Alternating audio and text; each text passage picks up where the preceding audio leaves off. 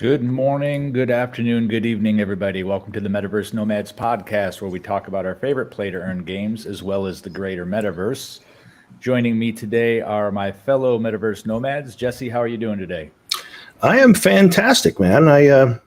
I'm here with you guys today from Mexico. So, saludos desde Mexico.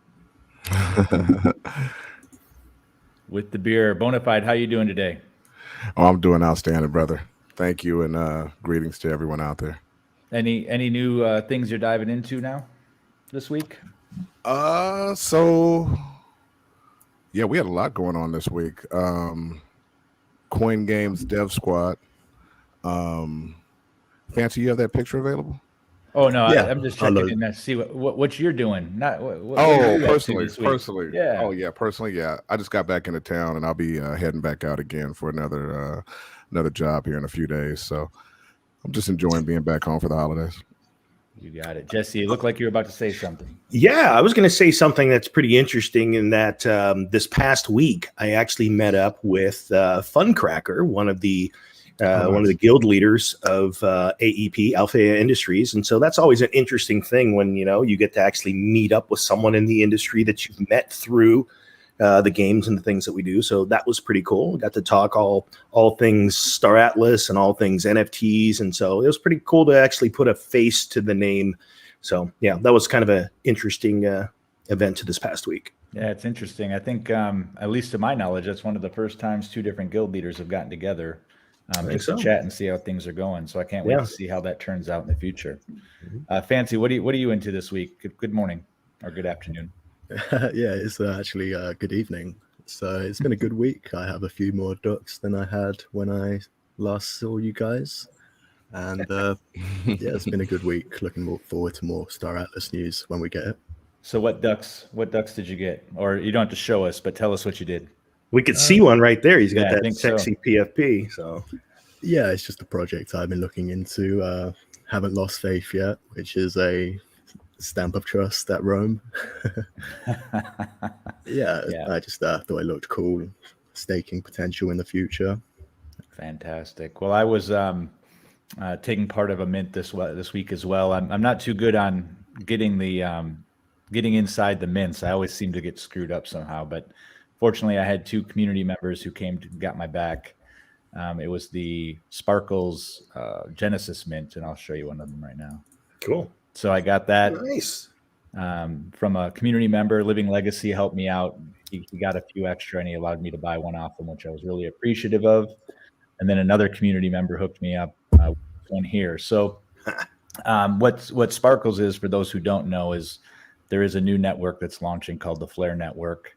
Sparkles is one of the NFT platforms that will be launching on that network, and they did a Genesis mint to kind of build the DAO. And I think they did some pretty neat things. They right out from the get-go, they created a fund that they were going to donate to, and then also they're planting a tree for everyone sold. So they seem to have a community impact piece on their platform as well, which is really neat.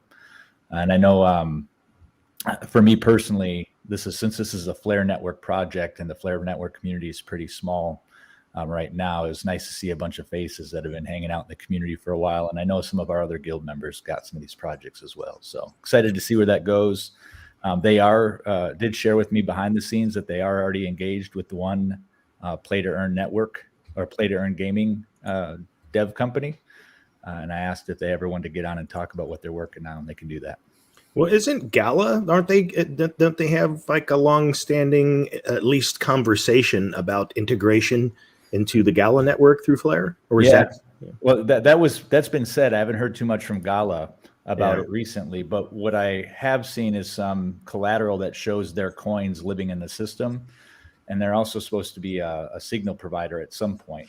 I thought they would have launched by now, but maybe they'll use the node network to create signals for Flare. And what that really means is they give price data to the network, and then people who delegate to them can earn additional Flare coins on them. If anyone's interested, they could reach out to me. I'll explain it through DM what's going on or get you pointed in the right direction. Is it a complicated process for a person who, as you just mentioned, knows nothing about the Flare network or Songbird or anything? Like, if someone wanted to mint one of those now, are they only available on the secondary market? And then how do you go through that process? Great question. So the mint sold out pretty quickly. There was a little bit of hiccup, and I don't know if it happened because of the mint or just coincidentally, but GitHub is part of the mint process. And I never knew that. Yeah. And GitHub crashed right as the mint was going down. So there's some speculation that it was this mint that shut it down, or maybe it was just coincidence, like I said. However, we now all know that GitHub is kind of involved in pushing some of the code for these tokens. A crash. So welcome to minting 2021. Yeah, exactly, right? And I made the fated mistake of asking how smoothly the other Flare mints have gone, because there's been 2 other projects before this, and everyone said smooth until this time. But they got it sorted quickly. The team did great. They got it back up in about 30 minutes. GitHub was back up in about 30 minutes, and they did the mint. But in answer to your question, Jesse, these will be available on secondary once Sparkles opens. So technically, the process is right now, you've got your NFTs. You'll be part of the Genesis coin distribution, which I think is like 200 Sparkles coins per NFT. And then once the market goes live, you can only buy NFTs with Sparkles. So good project. I think at this point, if you want to buy secondary, you have to get on their Discord and see if anyone's selling. Good question, though. Anybody else get into any other NFT projects this week? Jesse, Bonafide? Not a new one that I've gotten into, but one that I haven't really talked about is Waifu DAO. Mm-hmm. And the thing that appealed to me about that one is again, we talked about this last week, is that for a while I was getting to NFTs for the art a little bit more. And now I look for utility first. Mm-hmm. And the thing that they're doing that I thought was pretty unique, even for people that are looking to buy them secondary market, is that as the more of them that you hold, their DAO is used for staking alluvium. And they've got a pretty solid pool of alluvium stake. So I thought that was pretty cool, a way to have some utility to where, it's a way for you to be a part of a project and let them focus on, and raising the DAO investment and growing it for the DAO, for the holders. So yeah, and I think more and more projects are going to be doing that sort of thing.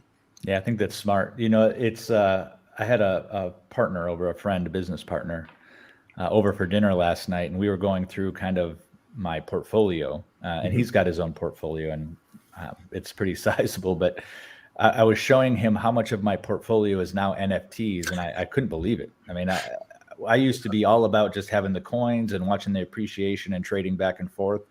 But the appreciation I've gotten this year on my NFT portfolio through gaming specifically is kind of just stupid. I mean, even he was wide-eyed, and he's just now getting into the idea of what an NFT is, and to him, they're just JPEGs on the internet, right? So he couldn't believe it. But I think he's turning the corner. He's now asking what other things he can get into outside of some of the things we're already involved in.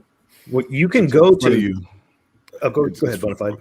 It's funny you mentioned that, Banjo, because I found one of those apps online that you can use to you can sync your wallet with it, and it'll estimate your NFT value. Mm-hmm.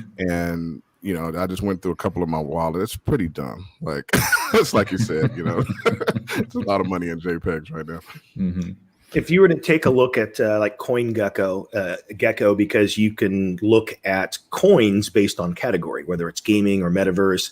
And what I wish they allowed is you'd be able to see the trend over time for how many have climbed into the top 100, 200. Mm-hmm. But it's pretty interesting to see how many of the coins that are really gaining traction for this bull run that are related to metaverse, and I lump most of the especially the PFP NFTs into that, because again, it's all a reflection of how people want to kind of build their own personal brand or experience within the metaverse. And so, yeah, I think that's also going to be the ease point of entry for people, an incentive for people to get into crypto. So I think that's something that's also pushing metaverse and gaming and NFT related projects along so fast right now. Yeah, it's interesting. One of the things he shared is he goes, when I was younger, he's a little bit older than I am. He said, when I was younger, I played some games, but I never understood the market cap of the gaming industry. because I was sharing that with him, and really where the money is at from an entertainment perspective, way more than movies, way more than music. It's all sitting in the gaming industry. And he couldn't believe, for example, the price appreciation on a Miranda steed, right? It blew him out of the water that some people now have Miranda steeds that are worth more than their house. Yeah. I was noticing that the other day. They shot up like crazy. Yeah, well, I know we have we'll talk a little bit more about Gala lately. I'm sure we'll have some good and negatives to say, but we'll get there. Anybody else before we jump into kind of the spin around the metaverse? Not a new project because I brought the Tom Bilyeu Impact Theory Founders Key network back to the guild and all that in our Discord, a while ago. But they last week or this past week launched their first IP. So their first IP is going to be a Disney movie, or not Disney movie, a Christmas movie, and it has the cartoon characters and all that. So they dropped the NFTs in the past week here. There's 4 of them, and they're still pretty low. I haven't bought one yet, but I'm looking to buy one here in the near future before they go crazy. So are they on the secondary market yet, or is it all just still? Oh, you can find them on OpenSea right now. If you jump into their Discord and use one of their links to get theirs, what I would advise, and you can check them out. 0.05 right now is the floor. Awesome. Well, one final thing before we jump into the news that just popped into my head that a few of us are affiliated with is, and it is loosely related to NFTs, but Flare Finance is going through its liquidity event right now. So there's a number of people in the guild who are doing pretty well in that event. And I think it's a competition. So I think whoever gains the most real world value at the end of it, or maybe the most of one type of coin, gets a samurai NFT. And what's really neat about that NFT is it has passive income tied to it. So if you own a samurai NFT, you can stake it into the Flare network, and it gives you residual income off of the fees that are collected on that network. So I love how NFTs are showing up. I think the art's open the door. I think game utility is really what's really going to push us into the mainstream. However, DeFi through the lens of NFTs is looking pretty sharp too. And in reality, a number of gaming projects that we're getting exposed to are starting as kind of DeFi through the lens of gaming, right? It's more like GameFi. Because we're going to be staking our assets and earning some coins. So I think, we've got a great runway ahead of us. In the entire metaverse, we've got a great runway ahead of us. Yeah, this sounds like quite an interesting use case. Gambling apes having part ownership in a casino. It fits the theme, I guess. Yeah. Wouldn't that be awesome to have an NFT that gave you a residual stake in the casino earnings? I think that's fantastic. Yeah. So I guess the question is, does Gambling Apes have an NFT where we can do that already? That would be interesting. Yeah, how do you win in a game where the house always wins? You join the house. Yeah, exactly. Well, my wife is addicted to on her phone Texas Hold'em, and I keep telling her she needs to find a way to make money doing it. And she's a little bit hesitant, but if I can find an easy, play to earn version of Texas Hold'em, we might do pretty well. Yeah. Thanks for bringing that to our attention, Punjab. Yeah. All right. So into the news of the day. I think first we're going to talk about Star Atlas. Got a number of things to talk about, really just bringing us up to speed when we're at. Looks like the weekly roadmap has been delayed due to the holiday. And for those who don't know, Star Atlas has done a good job of getting kind of where they're at every week out into the community. Probably keep some of the questions and the concern trolls at bay, and really gives us an idea of when things are coming. Anybody have any thoughts on the roadmap or perspectives? So it was Thanksgiving, and I think it's going to be released today. So that might be covered on next week's video. Yeah. My thoughts if I have to sum it up as simply as I possibly can, is that the heat is absolutely on for Star Atlas to deliver their score and their ship staking and return on investment before the end of the year. If they aren't able to do that, my thoughts are they're going to see a lot of torches and pitchforks. They bought themselves that much runway and the pushback, but they're at a critical point now where they need to deliver. Yeah, I agree, Jesse. I think there's a lot of goodwill in the community, and I think they've earned it. I think there's some respect there and some trust. And I think all of us who have been around with delays of games, we're used to this in the gaming community. However, there's a lot of money tied to this one, right? So it's not just a game house that's going to delay until the next game cycle. Hey, Ray, how's it going, man? Doing well, but we're here. Nice. Fantastic. Good to have you, man. Good to be here. Thanks. Yeah, with regards to the Star Atlas score thing, I think it's a matter of, because there's been open dialogue and conversation all along about, hey, we want to get people earning on their investment. This is one of those things where you can only tell your investors so many times that, hey, your return doesn't start now, and then now it's delayed. If we just look at it through the lens of investing, investors don't like to hear that your return is pushed back consistently again and again. Mm-hmm. And I guess the silver spoon in all of that, and I know we're going to talk more about Gala later, but there has been some benefit to our asset appreciation with Gala, despite the delays upon delays, because they were supposed to launch a mini game by December, also, if I remember correctly. Yeah, they were. But we're still seeing some success in the appreciation of the assets. So my hope is with Star Atlas, as the word continues to get out there, I think the Discord has grown pretty significantly over the past week. What was that? Up 7,000 members in 1 week, it's sizable for a Discord. Mm-hmm. So hopefully we start to see more and more people getting into the space and buying up these assets in anticipation of what's to come. Yeah. Fancy, I think you had some pictures you wanted to show us, right? Yeah, so they did release this video this week, and it looks great, to be honest. I love seeing this type of thing from Buntius. Yeah. One of the things I like about this one is the Fimble.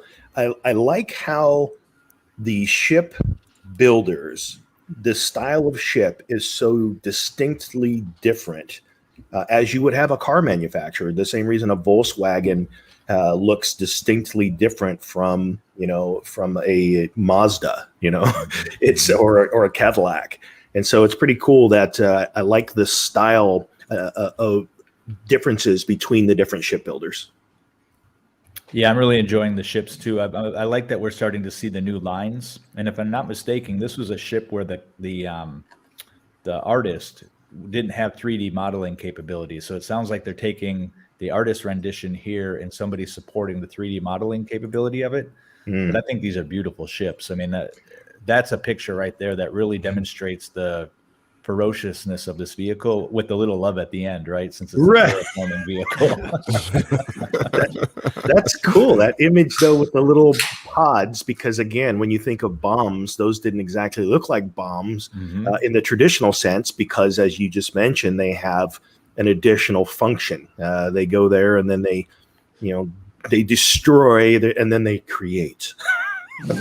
I wonder if they destroy non-biological things, or do they actually destroy and create new biological processes as well, right? Because there is something insidious about the idea of terraforming a world that's already been has its own biological system. That's going a little bit deep, but at the end of the day, are you turning it into somebody else's vision of what the planet should look like, or are you just rehashing a mind over planet, I guess?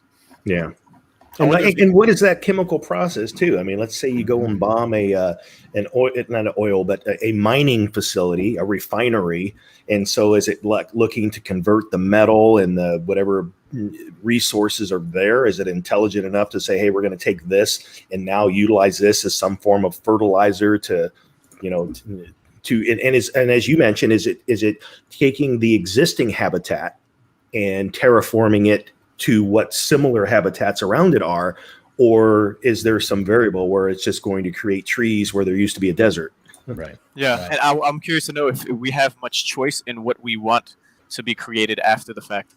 Right. If we have specific materials or minerals or resources that we need as a guild or as an individual, if you can just choose, but maybe you'll need some of that already for it to be planted deep within the earth, and then whatever happens after the fact. Yeah. I know it's a bit of theory crafting, but just kind of running with that idea, Ray. If you're somebody who needs to refeed in your solar system, and you can just, I guess, kind of pick what type of bombs you're going to drop to terraform. I think that's a fantastic use case for that vehicle.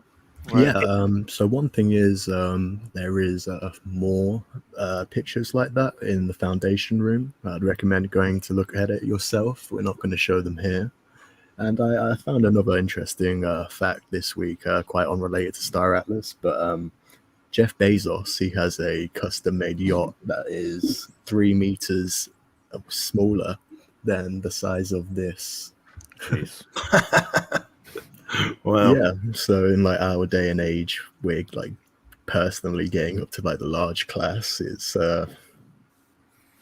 quite interesting. When this game hits full reality and full VR, it'd be fun to see like a reality TV show of people living on a spaceship in VR, right? Spending a week on your spaceship and interacting with one another, and how that would show up. Yeah, there's a show called, which doesn't pop up into my head it's one of these like The Voice, where you have singers come on stage and they sing, but they're human being. It's a human being. But now I forget the name of the show. I'll probably get to it. I'll ask my wife. She's the one who told me about it. But there's these 3D engine generated animated humans behind the scenes singing, and then you see their I'll call it their avatar, Avatar, right, generated on stage. And then, sure enough, after the judges hear what they sound like with whatever the avatar looks like, then the actual person who was singing behind the scenes takes off their gear, and then you see who it was, and they're like, "Oh my gosh, I didn't expect you to look that way, but you sounded totally different." So there's all these people creating their alter egos. That's what it's called. I think the show is called Alter Ego. It is, and then it's like Ready Player One style. So it's we're really definitely going to see a lot of people doing that, and we're gonna eventually all have our own avatars, alter egos. Sounds to me like the metaverse is coming from multiple different angles, right? Like that kind of thing happens. That guy Xanadu, is that his name? There you go. Yep, that he's his YouTube show where he's fully in his metaverse character, this blue alien with like fire hair, and so that's an example of, I think that's probably similar technology what they'd be using in that show you're talking about. There's so many different gadgets that you buy separately. I guess there's a whole suit that you could buy from some company. I haven't looked into it myself, but Xanadu, the guy who does, his name is Blue, the alter ego's name. He has a whole list of what he bought in his description, that where you can click on it, Amazon, whatnot, and it's so many different parts for his hands, for his face, for his body, to get the legs moving. It's I don't know if they're all from the same company, but it's interesting. It seems like an interesting piece of technology for something that low tech wise, relatively speaking, Snapchat's already figured out, right? There you go. I mean, if you could figure out a way to do Snapchat and paste it onto a body like that, good job for pulling that up so quickly. But putting it up a Snapchat filter with something like that would be awesome. But now that you've said there's a list of technology, I have to go look and see if this is possible. Maybe the Metaverse Nomads will show up. That'd be fun. Yep. I'm definitely gonna look into that myself, and we're gonna try to. I'm gonna try to reach out to Xanadu, or Rome. Will try to reach out and get him on just to see his origin stories. Maybe we can get him on. What does he cover? I mean, what's his game? Well, he doesn't play any particular game. He's just creating his own alter ego and his own empire, as he says. A vlog, isn't it? It's a vlog. It's more of a vlog and creating characters that he's with his own storyline. Yeah, it's interesting.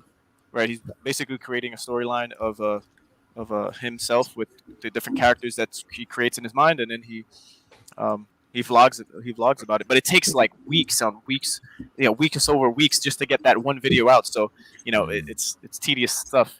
So it's not real time at this point. No. And there's probably going to be a service pretty soon where you can have some designers create a character for you, because there's got to be a lot that goes into that. I mean, the necklace, the shirt, he's got on a Bruce Lee shirt, and he changes up his wardrobe and stuff. So it's pretty. I'm curious to know more about the tech, about how you would do all of that. Well, that's definitely the future of the metaverse right there, right? I mean, that's the promise that everyone's giving us is this is how you'll be able to show up, and that you'll be able to make businesses within the metaverse for things like that shirt, which is awesome. That shirt is awesome. But just going in and thinking about maybe I grew up and wanted to be a 3D artist, and now I can build a business of my own curating, avatars for people. I think that's awesome. What do you do for a living? Right. I mean, seriously, Banjo, you touched on it. I've been telling people that are digital artists, I mean, you're basically an engineer for the metaverse now if you wanted to pursue it. If you're great at digital art, if you're great at digital animation, anything like that, your income bracket just moved up. If you put yourself in the right positions. Yeah, not to mention you never have to leave your house, right? You're always just there in your home, which has its upsides and downsides if you don't get out and have human connections with other people. But that's one of my biggest fears of the metaverse is people are going to lose all ability to interact with each other in real life. Yeah. Living in the stacks like Ready Player One, right? It's going to put you in a stasis chamber. So, guys, the actual show it was on Fox TV, and it's called Alter Ego. Just put Alter Ego Season 1, or just look it up on YouTube, and you'll see these alter egos with the people hooked up as Blue is that we just showed. Yeah, it's a pretty interesting show.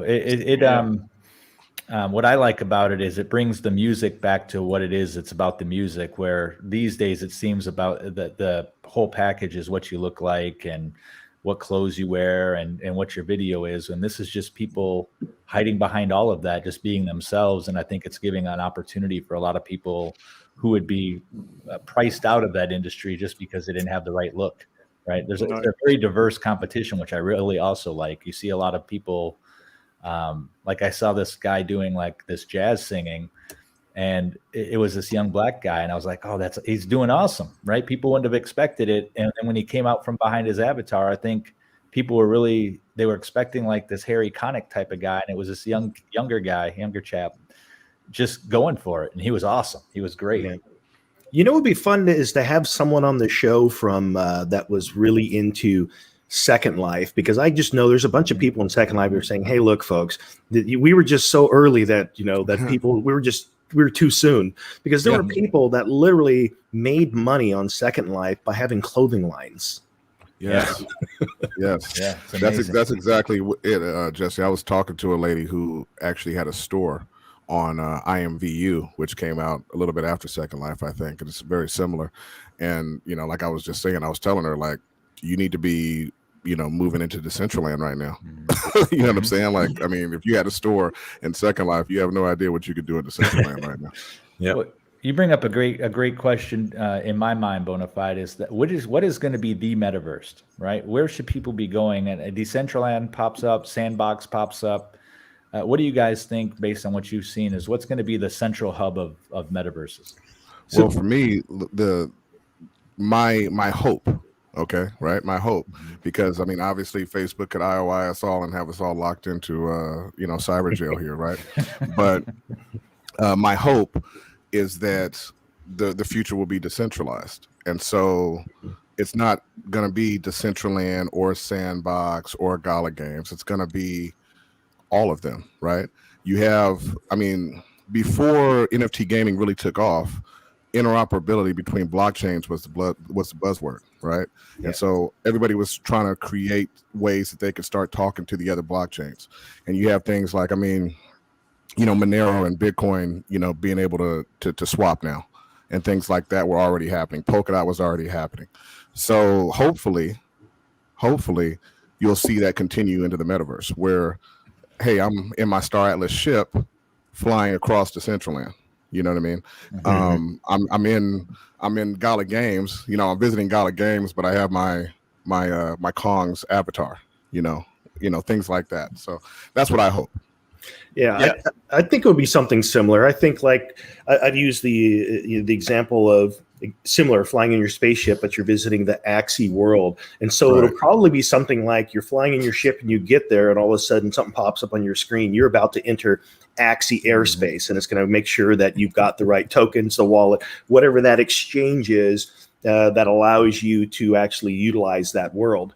And I think there's also going to be a tremendous amount of opportunities for developers that are going to be creating those mediation tools that allow for the different platforms to interconnect. And the things that are being developed now, decentralized, like whether it's Decentraland, whether it's Sandbox, I think that even as a part of their development process, they would be wise to be thinking about not developing things that are so proprietary, because that will actually limit them in the future. Right. As we're companies like Facebook and Microsoft, they're probably, by the very nature of what they do, going to try and make many things proprietary so that you have to go through them. And I think that could actually be one of the things that hinders them, because that is their model. Yeah, it seems to me there should be a standardization body, right? That similar to you see for email or internet protocols, there should be some sort of metaverse standardization protocols. That way people have a framework to build off of. Because I think that proprietary stuff is definitely a potential future, especially when Meta or Facebook is involved. And we've already, I have a firm, I guess, stance that I probably won't be jumping any Facebook metaverse. I don't want to be anybody's product. Well, I think what Jesse was saying has a lot of weight to it, right? So, I mean, if you go back to the days of AOL Online, they basically siloed themselves, and they died because they were a silo, because the internet was becoming decentralized, and with AOL, you couldn't come into AOL unless you were paying for AOL, and so they died basically. And you saw Microsoft move into GitHub and start supporting decentralization. And I think that that's going to be the way that these guys are going to be forced to move. We haven't seen that yet with the Facebook. They've kind of been going more towards the power creep. But I think Zuckerberg is smart enough to realize that he's not going to be able to keep traction if he doesn't decentralize. Everybody's going to have to do it. You're going to have to be interoperable with every other blockchain, because that's where the value is going to be, is in people moving across, not being siloed. Yeah. I want to add on top of that with the interoperability. It's going to be a lengthy process to get to what Jess was and we're all talking about, where first it's going to happen with the tokens and the ecosystems, whether it's ETH, Solana, Cardano, and whoever wants to, I guess, participate in that way and become a part of the whole, where it's just going to be seamless, like we are using credit cards today, or just swiping, and everything is going to become seamless behind the scenes, where if you're in one of these games, and we see this now with the APIs for certain games like Galaxy Fight Club, it's not a AAA game that's being produced, but it's like Smash Bros, and it's more it's like Brawl. It's called it's an MOBA Brawl Star type of game. And you see you could use your board NFT and use it as a character to fight within the game. So it's going to start with awesome. APIs where games are going to allow one another to use their avatars within the game, but you might not be able to seamlessly fly in with a ship and just go through a portal, where it then allows you to now jump into space in Star Atlas, and then versus going into Lunasia for Axie Infinity through a portal or a certain area of the map where that's where you can transport. Or you can zoom out of your map and choose the network where that game is on, and then just teleport there with the transaction fee, right? So it could be, you can have the travel guide or the atlas of the metaverse as a whole, with every network, with whether it's Ethereum and all the games on there, Solana with all the games on there, Cardano with whatever games they're going to eventually have on theirs, and the list is endless at this point. Avalanche.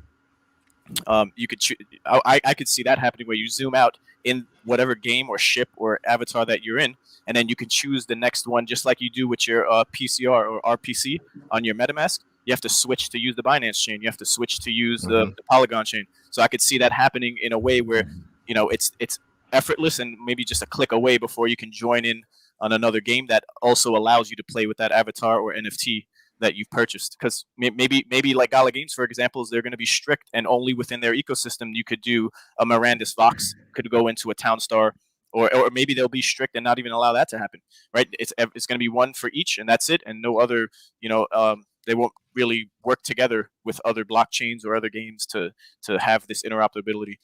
So it's really going to come down to, for whatever it's worth, the centralized companies, which they all are now, building for the goals of eventually becoming decentralized, where maybe we can all vote on a proposal where where Gala Games is included, if in the event they're not the ones who are openly willing to partake in this whole idea of everything is gonna be interoperable with one another, and you could take your game avatars or assets and just transfer them over and play and level up in that part.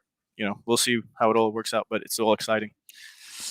Well, someone just released in our private chat over the past 24 hours a game that kind of demonstrates that. And I know we're not going to really go deep on it today, but there was the TCG World, I think is what it was. And their promo video kind of showed using your assets and jumping from metaverse to metaverse to metaverse.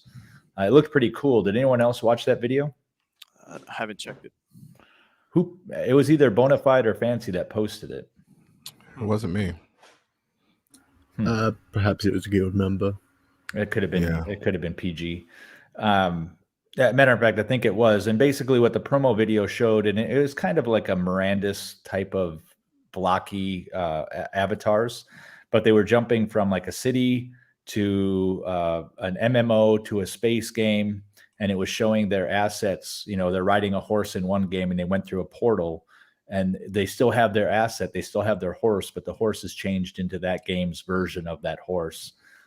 So we'll dive more into it and see what we can find out about it, because it seems like a cool project.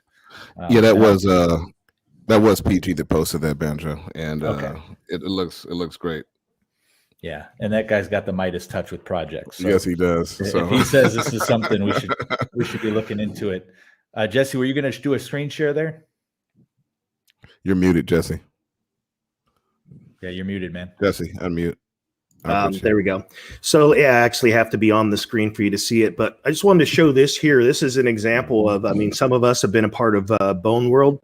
They have just the traditional PFP NFTs, but what they're doing is they're actually doing the actual designers behind this are actually 3D modelers. And so this is an example of a PFP that they're actually putting into a 3D model so you can use it in multiple worlds, walk around. And so instead of it just being that headshot, they're actually showing you how eventually in other games and other worlds, you'll be able to take your characters, your NFTs, and actually be able to use them as you're walking around avatars. Yeah, I've got 3 of the Bone World NFTs, and after I saw this, I got much more hyped about the project. I could really see this character going into different metaverses and that being my avatar. It's the first time that one of my PFPs I've actually really kind of felt like that. Yeah. And I think they're building something great. For those who don't know, that community has probably got one of the best dev teams as far as their engagement with the overall community. They really listen, and they've released some free stuff. Not everything is for sale. Sometimes you get some free airdrops as well. And eventually they'll have a metaverse of their own called Spider Islands, where you'll go out and take your avatars out there and hang out. Yeah. All right. Fancy, I think you had some numbers for Star Atlas for us. Yeah. So it's been an interesting week for the shop in Star Atlas. There was the fire sales, and most of them got eaten up quite quickly. But here is the leaderboard for this week. And this is the amount they have changed since the week before. So Oni is up 1 million USD from last week, and that seems to be the most significant rise this week, although there are a lot of members joining across the board.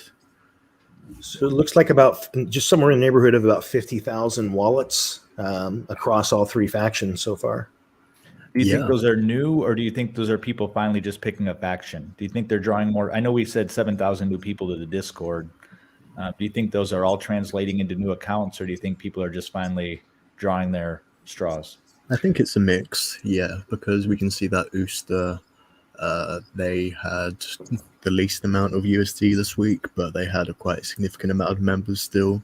So it could be a lot of fresh people coming in, and experienced people picking what they have chosen. But there is still time, and I know people are probably going to wait till the final bell in anticipation of any extra information. Yeah, I would also say I'd suggest that about maybe 20% of all of the wallets maybe even more, are actually multi-wallets. So I don't know that that accounts for actual individuals, because there's lots of people that have more than one wallet. Mm-hmm. Have we done or seen anywhere a total market cap for all the ships and all the assets? I haven't seen one. I don't think so. Yeah, that would be very interesting. I'd also be interested in that for like most games, especially like Gala games, since they have so many NFTs released. Just like a total like market cap plus all NFTs, that would be just bonkers. Well, I'm surprised somebody hasn't done the back end work on that, because it all lives on the chain, right? Or maybe Gala, some of Gala is sitting in treasure chests and it's not on the chain. Actually, they have the club actually has a site that has that. I was trying to see if I could find it here, but they actually do. They created one that I think is looking at wallets across the board, and they were showing more information than I've seen anywhere else. If anyone knows has access to that link, let us know, because I'm curious to see that again. But I have seen it once, and I've shared it in our collective chat. Yeah, I don't know if that was that. Are they sharing that publicly?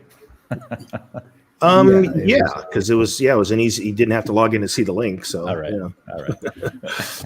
just that makes it public. Just didn't know if we got that one, and we're disclosing some alpha there that we had found something. It's kind of like in the blockchain. If you can access it, it's public. Yeah. Facts. or if people can access it. Yeah. So when it comes to Star Atlas, I know we kind of got. So we went through some negative news over the past couple weeks. What's really interesting after that news is the foundation room is very quiet lately. I mean, it was just a fountain of information, and now it's almost radio silence in there. And for those who don't know, the foundation room is a special channel that you get access to if you are a server booster on the Star Atlas Discord. So if you want to see that room, just boost the server. I mean, it helps the dev team out. It gives them the perks when they get more server boosts. I'm not sure how many they have now, but it does give you inside access to information and some screenshots. But it's any other thoughts on how quiet it's been? There were days where I've seen less than a dozen comments in there. And a lot of those were actually the club. I mean, what do they have to be disappointed about with the recent news? We're like, hey, we think it's great. So yeah, I think it speaks volumes when you may not hear from people about being displeased with recent events, but when you don't hear from them, you should also be concerned about that as well, because that speaks volumes about the fact that, well, obviously if they were okay with it, then the sentiment of the room as a whole wouldn't have changed, and it has. Yeah. Go ahead, Ray. Okay, cool. Thanks. So, and similar to Gala Games back in the day, everything was very much earlier on in development, and conversations were being talked about. And it's not to say that this is a turn for the worst, because it's a little bump in the road compared to what the game will more or less come out with as the game develops, and then depending on what the market and the people want. There's so many variables that are at play for what makes a game successful or not, no matter what we particularly say on our channel here. So like we always say, it's not financial advice. These are our opinions and that alone, and nothing should be taken for verbatim as for what you should do with your money. So as far as our influence on the markets, maybe it's nothing, but we share our thoughts on what the community is doing, and that's in conjunction with the team and what they're telling us as a community. So there's some influence from what the project has on its community that supports it from earlier on, just like we had in Gala Games scenario. And this is what prompted us to, as they weren't as transparent, not even having a white paper and the basics of what a project normally has, for us to jump ship, not completely, but as far as the topic of conversation and broaden our perspective on topics. That's why we're here today. Yeah, that's why we're the Metaverse Nomads and not a specific game shout box, because we're game agnostic. We might focus on a game, but we're gamers, and as we all know, any of us out there that are gamers, we rove to the game that's the best at any given moment and any given time. And especially with play to earn gaming, we're going to be moving to the games that are where our guild and our friends and our family are going to be able to earn the best. That's key. Yeah. So going back to Star Atlas, I think this is just just a lesson to the metaverse, right? Is that decentralization and fairness and openness is going to be key. It's going to be valuable in the future to every project. And if you choose favorites or anything of that nature, there's a possibility it's going to get you into some trouble. I like this comment from Harmony Payne. Are Rome allowed to share that information in their Discord? I see other guilds share Swagner's responses in their Discord. We've always been open. We've always been free speech in the Rome Discord. If you're suggesting that you haven't seen it yet, I'm more than happy to post it because it was never suggested that we shouldn't. And as a recap, even though it was a lengthy reply, I'll state again what the two big takeaways, since I was the one that initiated the conversation in the foundation room to begin with. Basically said that, hey, this deal that you made does not seem fair. You gave special treatment. And the bottom line is this, is that if we are moving towards governance, power to the people, would this have passed a DAO vote? And I would say that absolutely not. If this had gone to vote, no one would have agreed. So if that is the litmus test, then why are deals being made that wouldn't pass that? And so we waited for a reply. And the reply essentially came back with a couple of key ingredients. One, that we didn't give any special treatment. They didn't get any special treatment, which is absolutely not true. So I think a lot of people are disappointed with that reply because it's blatantly in our face telling us something that we know is not true. They did get special treatment. And two, that the company is transparent. Well, they're transparent after the fact. That's again like saying, hey, we just had an election. You were welcome to participate and even run for office if you had known about it and just let us know. So that is not transparency. And also, this whole response was only released to 100 people in the foundation room instead of the 116,000 people that are in the Discord. So there's some things that are blatant company towing the line of things that are kind of a slap in the face to the community. Yeah. So I think that is a big piece of why the response is dampened and there's a quiet foundation room. Yeah. I think to answer that question a bit more specifically, they do post like alpha images and some descriptions sometimes in there, but we won't like share that because they posted it in like a private room for the people who have boosted the server. So but if there is like a correction or a statement that affects the entire Star Atlas universe, then yeah, it's our responsibility to share it really. They generally tag those images as foundation room only. So that kind of is our cue to, all right, you can't share this. Yeah, I think Harmony brings up a good point though, because we have heard of other guilds who have been sharing that information pretty broadly in their Discords. It's not something that we do. I mean, we'll talk about it privately for the people who are in there, but we're not cutting and pasting and dropping into our guild chat. It's we value the reason why that room is there, and want to protect respect the requests of the people who set that room up. But I agree, as far as the greater information, that stuff should have been shared broadly. And we do that across multiple projects. I mean, we did the same with Gala Games when they have their Gala Gold channel, stuff like that. We've always been respectful of the intentions of the private channels that we might have access to. Yeah. Fancy, did I see some other assets that you wanted to bring up for Star Atlas that might have been shared this week? There was one picture. Well, there were a couple pictures, but it's nothing too big. This is a picture of Photoli they released on their Twitter. There were a couple more stills, but yeah. Looks as a piano virtuoso. Yeah, also right. A ballerina. From a musculature perspective, you've got these very, calved down, very atrophied legs, but these huge muscular thighs. So I'm curious how beings of light need thighs like that to get them around the metaverse. You don't use heels. But it looks like we're seeing a model without the typically attached lighting, right? Normally these are very well lit beings.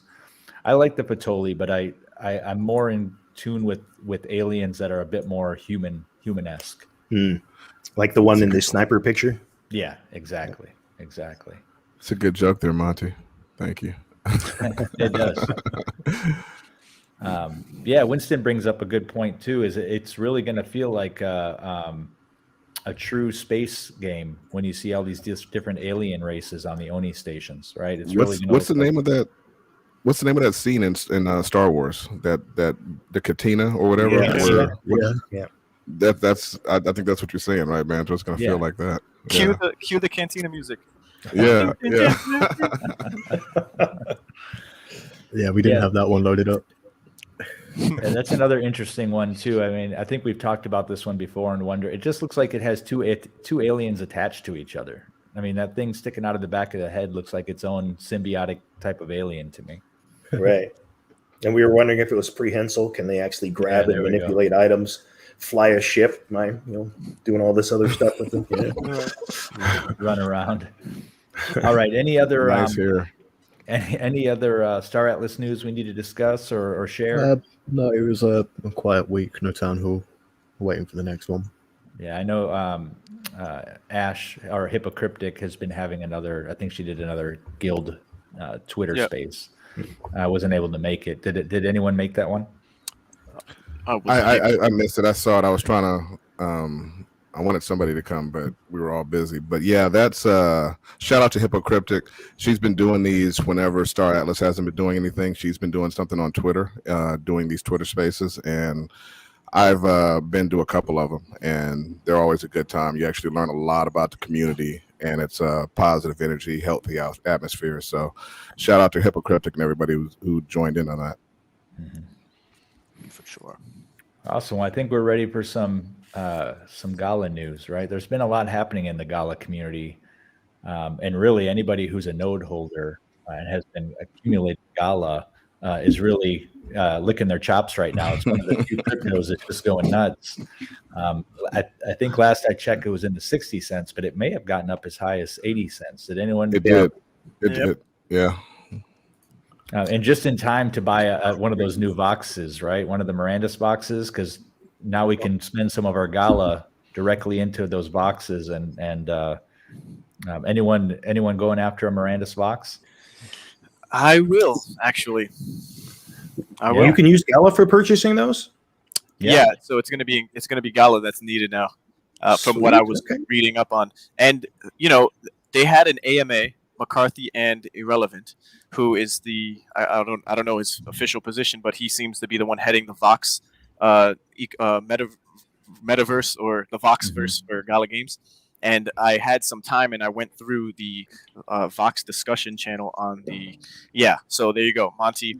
There was so the first drop for the Townstar Voxes were 0.0888, and then now we have the Mirandus Voxies at 0.888, and it was a shock to a lot of people. And for what it's worth, this is the first time that I remember them ever, as far as McCarthy doing an AMA in a channel via just text, and it was pretty much a shit show. And a lot of people, even Irrelevant themselves, somebody apologized. I think it was a mod at the end saying like it could have went smoother, and this, it shouldn't have been this way. But what else do you think would have happened when there's hundreds of, or tens of hundreds of however many people asking questions repeatedly, and there's hardly any responses coming out fast enough to cover them? It was almost like people thought they were dodging or flaking on the question of how much the drop was going to be. And finally, when it came out, people are like, wait, what about the whales, right? This is so expensive. And if the whales are going to buy it all up, because there's not a limit to every wallet still, after even the first Mirandus Vox drop, when there was all of the crap that went down there, as far as the people having the contract and minting off the contract, and then there not being enough, and then transactions being canceled, and they play they play devil's advocate, saying as mods or developers themselves, like, we have to also spam our button to get in too, because it's fair game when it comes to on our end, as far as developers or the members of the team, because they also want them, but they're going to be in the pool with us. It's a but after what happened the first time, I think there should be a limit. I know we all got dropped in our wallets or in our addresses a box. Maybe not all of us, right? I don't know if it was random, but I thankfully got one. I don't know what determines you getting one or not. Yeah, so you're gonna still be able. Yeah, I got one as a result of. I'm assuming that's why I got it, as a result of the fiasco they had with the Town Star box drop. Right. So But even so, Jesse, did you? Because I know you lost a lot of gas fees in that, and that's what that was supposed to be for. Did that even come half to covering it, or nowhere even close? But it was supposed to be the equivalent value, and no. right? But I was surprised. I mean, now that it's been months, I was surprised to even see one. So I'm like, all right. So I mean, at least something showed up, and who knows? Hopefully, it'll be something good, and hopefully the value will be there. But getting back to the amount on Gala, just I usually try and keep people up to date on like what the actual nodes are doing. So last week it was about 358. 7 days ago, what the distribution reward was. It continues to drop like a rock. Today, or the last distribution, was 285. So it's down almost 100 Gala. So what's the bottom? What's that look like? What will continue to go? I mean, it's great now while we're getting substantial amount, because even with 285 at 60 cents, you're still looking at 150 or somewhere close to that dollars for an equivalent Gala. But where's the bottom on that? Be curious to know. Yeah, and just I'm sorry, Bon. No, go ahead. Right? There was a recap done by a community member in the discussion. So I'll just read it off because I don't have a snapshot of it for the AMA that took place. So the recap of Irrelevant and Miranda's Masters AMA on Miranda's Vox. So number one, Miranda's Vox will cost 0.888, just like Monty mentioned, in ETH in Gala. So you're gonna have to use Gala. There's some talks of it being able to be purchased not just in Gala, but that's not the case for now. And then there's no limit to how many per transaction. And then Exemplar Vox will boost some stats of the same type of Exemplar that equips it. And then for the last, its non-exemplar Vox can be equipped to get attack/defense bonus or give more loot for that type of monster. So there will be a particular Vox that could match up with the avatar or exemplar that you have, and that will share the same. It'll be the same. So the Vox would be the same as your exemplar, and then there's going to be Voxes that you have that don't match up to what your exemplar is, but it'll give an attack defense bonus and give more loot for that type of monster, I guess. That's all that was written.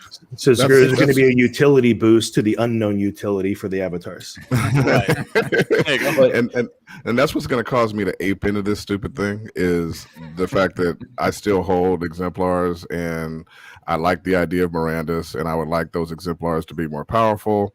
And then you tag onto that the fact that they say that you're going to have utility in Townstar as well coming up here in the future. And my sister-in-law has been making, a couple of bucks, $10, $30 a day playing the game. So, you figure if you're going to be able to use a Miranda's Voxel to increase your earnings at Townstar, that makes sense, right? But all that being said, I still don't like. I feel like they're so predatory with this stuff. I mean, they're coming out with NFT drop after NFT drop. They're raising the prices to gouge as much value as they can from the community on each sale, and still the give back to the community.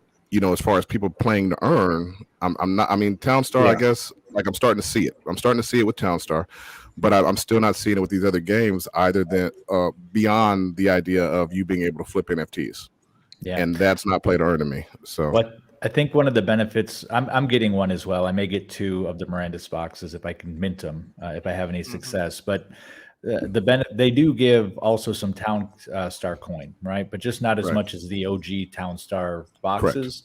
And I think Monty shared with me that they're, depending on the rarity, those boxes are earning 70 to 300 Town Star coin a day, right? That's stake it into the game. Huge. That's substantial, right? That's big. That's better than a node. Yeah, it sure is. So, well, not only that, but some people who have a lot of Townstar assets are making like thousands a day playing Townstar. So it's definitely it's nuts. And so, the resale value. Sorry, Jesse, just real quick. The resale value. This is one that just sold, right? Of the OG, right? And it sold for $10,000, and the mint price I think was $300 or so plus the astronomical gas.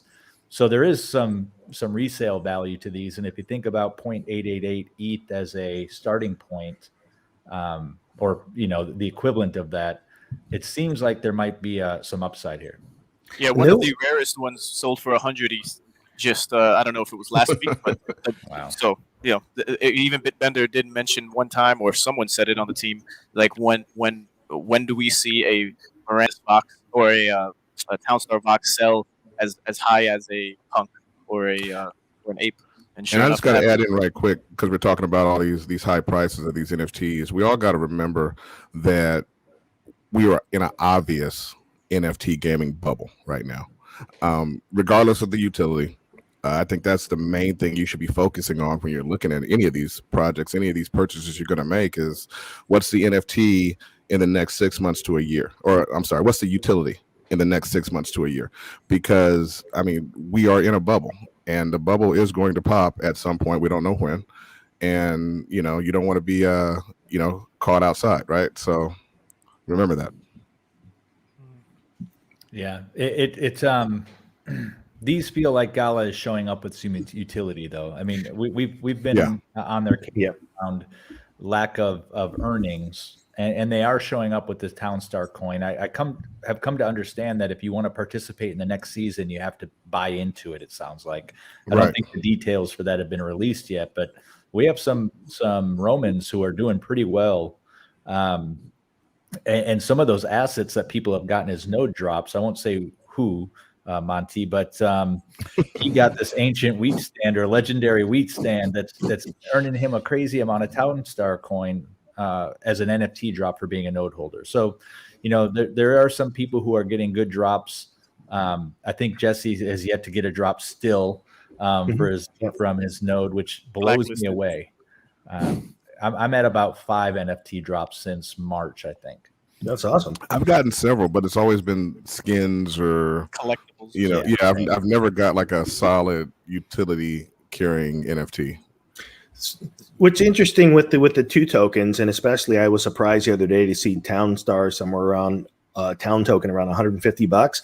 What is the way out for people on that? Because again, as you kind of touched on just a moment ago, Bonafide, it's like, we are in a bubble. And so my model of the world, when I saw Gala go up to 10 cents, I'm like, I'm cashing out. I saw Gala go up to 21 cents. I'm like, I'm getting mine now. And I keep taking profits because guess who sold in the 70s when I saw it at 80, it's like, it's one of those things where, if you take profit, you're actually making profit. And so because I don't know what the futures are, that's just been my model. But I appreciate anyone that finds a project that they love, that they believe in, and they want to hodl all day, because there's value in that as well. But for a person that wants to get out and cash out at least some, what is the path? Because again, we're talking about play to earn. A lot of times we don't think about like, what is the model to where you can actually utilize what you've earned by getting it back into fiat? Like what exchanges, how do you get your town? It looks like it's currently on OKX, BitTrue, Uniswap, AOFX, which I don't know that one, and 0x protocol, and I don't know those either. So there is an off ramp. I'm not sure what the trading pairs are. Yes, it's either with Uniswap, you can go to anything, so anything that's on Ethereum, you basically go to Uniswap and you can, it's a DEX, right? So you just, you get out of it anytime you want. That's the beauty of currencies versus NFTs, is NFTs are far less liquid, right? But you always wonder, like, at the end of the day, when you're done, what did it cost you? 10%, 15%? Right. What did it cost you to get out? You had to pay the man. But I think you made a good point there, Jesse, as far as, I heard it said best. I can't remember who said it first, but you never lose money by taking profits. And that's something that you should always remember. A lot of us have sold Gala NFTs for far cheaper than they are now. Some of those things are running $100,000, right? But I don't feel bad about it because I made money. You know what I mean? And I do that all the time. It's great to ride a project to the moon, and everybody wants to go to Mars with their project they just bought, or become a millionaire tomorrow off of something. But I mean, at the end of the day, most people find themselves losing money with that kind of attitude.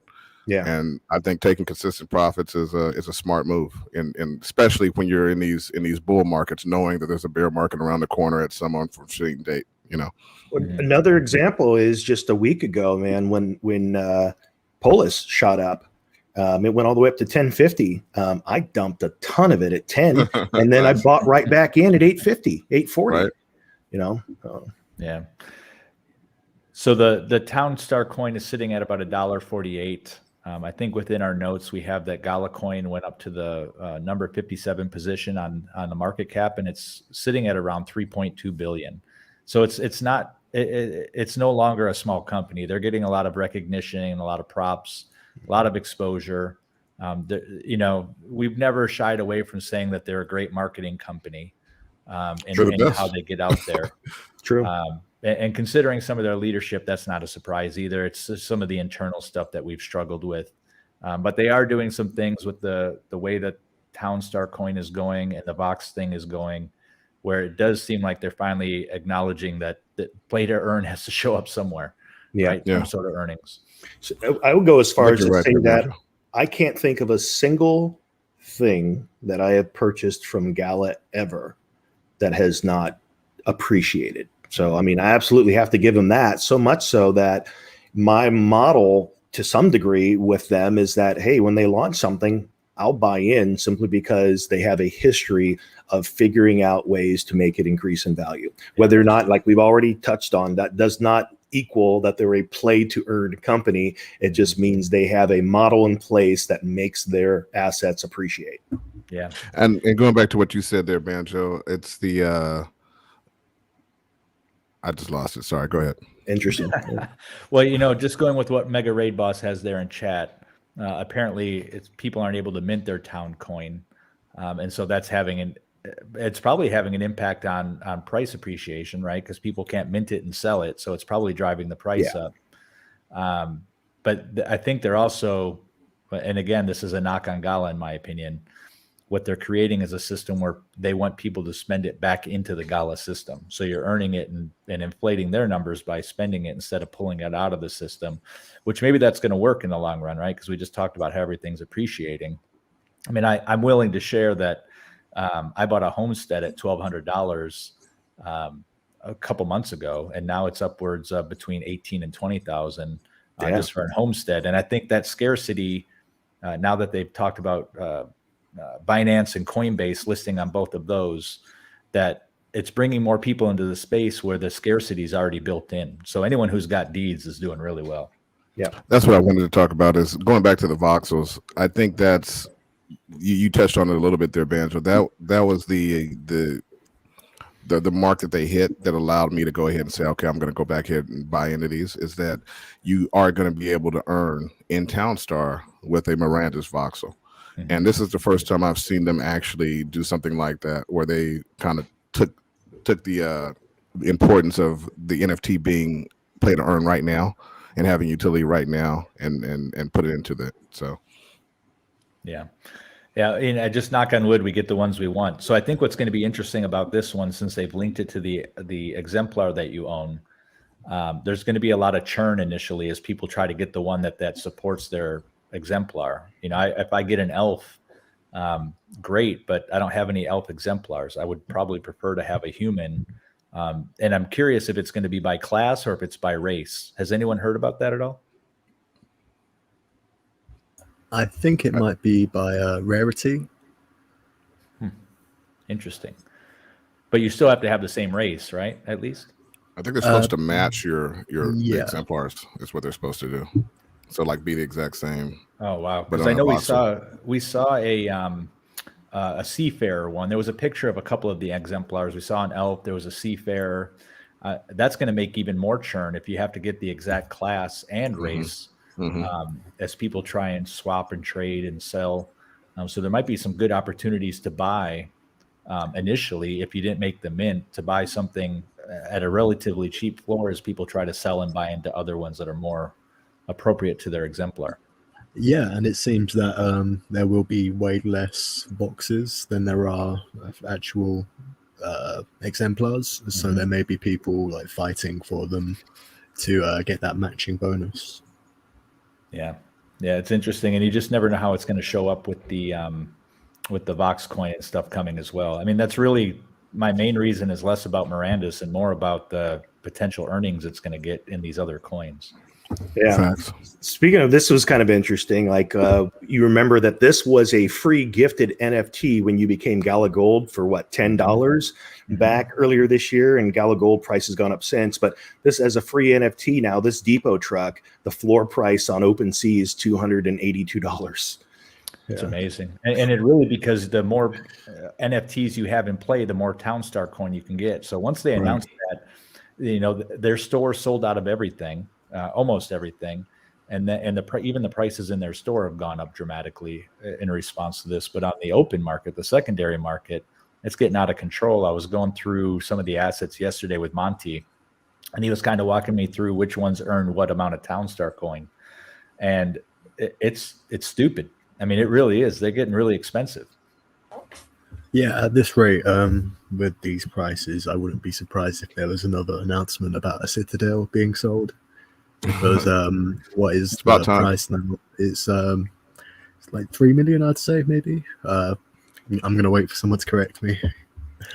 Yeah, I think the last one goes for something like 12 or more. It goes up quite a bit for each one because they double in price.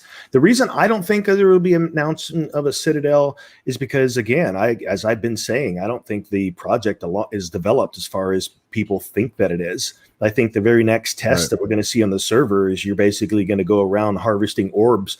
But as far as like actual development behind it, I don't think they're that far along. And so the thing to do from a marketing standpoint is to not draw too much attention to that side of the project, but just stay with the lower priced NFTs. But who knows? Who knows what they'll do?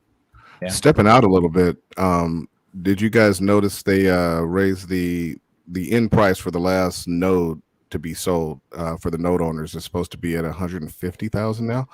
Well, I'm not sure what the criteria is, why they keep upping it, because I could have swore at one point it was down around 30,000 or 50,000 or something like that. Then it went to 100. Now it's at 150 here in the past week or so. Every 100 nodes they sold originally, it was going up $100. Then they switched it to every 100 is a $500 increase, and now I think they're at $1,000 increase for every 100 nodes that are sold. And I'm hoping that it's in an attempt to actually slow down the sales of the nodes, because we've all seen our nodes earnings getting lower and lower, and once you get 50,000 nodes, your earnings are pretty low. I mean, mine are half of what they were when I started with my node, and I think that's in Gala coin, not in value, because in USD value you're up, right? Yeah, I'm up 5 times, right? Yeah, right. But the concern I have now is there is a finite amount of Gala coins, and I haven't seen anything clearly that shows what the distributions are going to be once all that Gala is gone.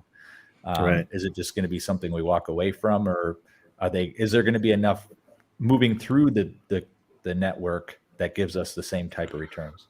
So when I initially bought into the node, my thesis was that I would ROI off of the Gala coin, and then the passive income would be the game tokens that I would earn from all the other games and all the transaction fee earnings I would earn. So right now we're currently earning Townstar or Town Coin as well as the Gala coin, and that's it's nothing really right now that we're earning. But my hope is that over time, obviously that token might increase, especially as these people are making a ton of money in Townstar right now. So that's possible. Also, the other games. And so I'm always excited to see new games coming onto the platform, because that hopefully is going to mean more coins coming into the node ecosystem. Here's the consideration with 150,000 for the high end price of a node.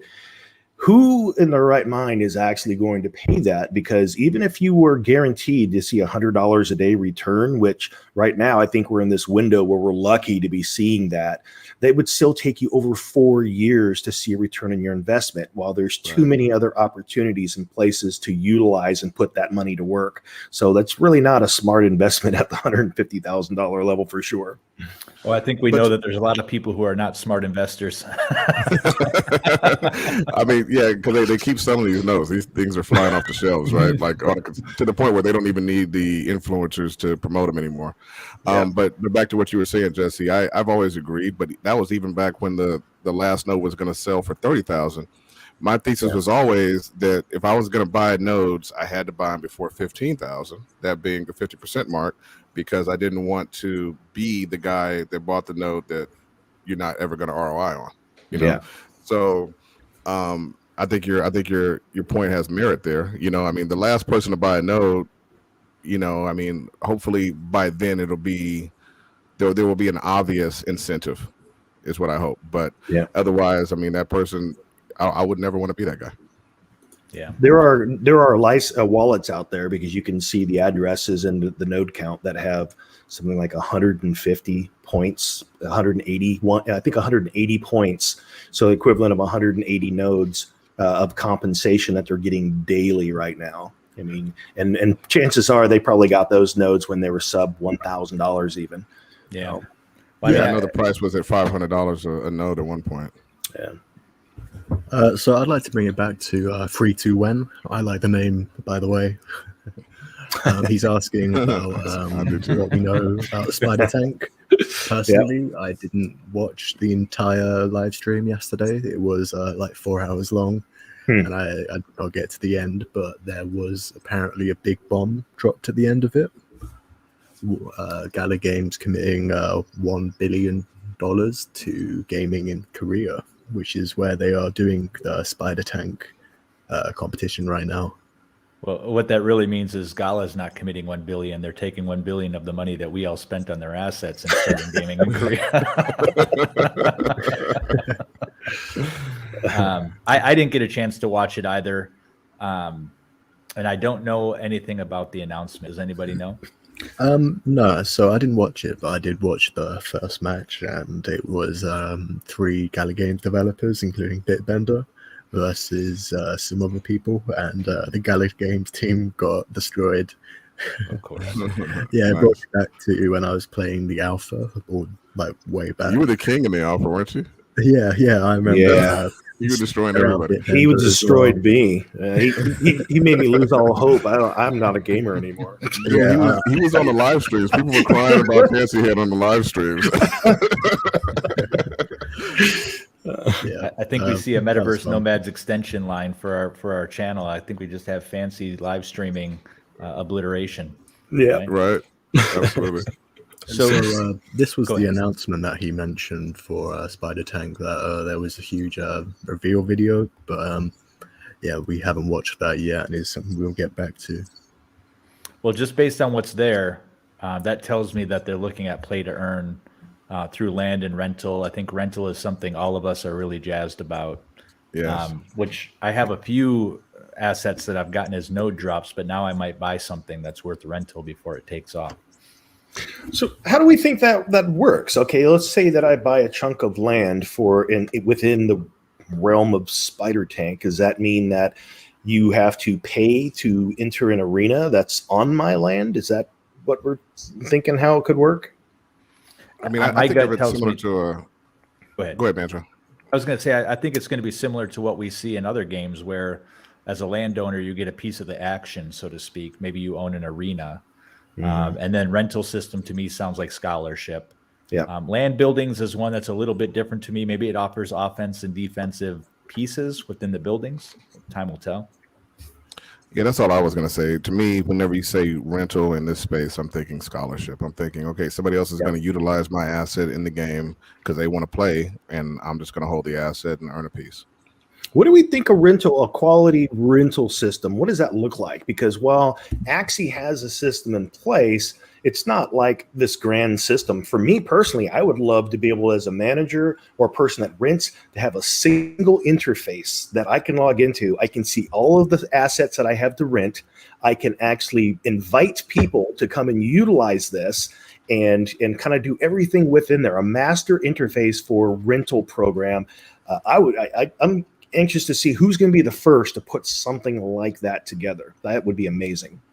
Yeah, what I find interesting is they're also doing the land sale for Echoes of Empires soon. It's quite interesting. Like, they're doing a lot of these. They're not going to change the Miranda's deeds at all, and that was one of the large selling points about them. They weren't going to make any more, but they may have like flexibility about what they are in game.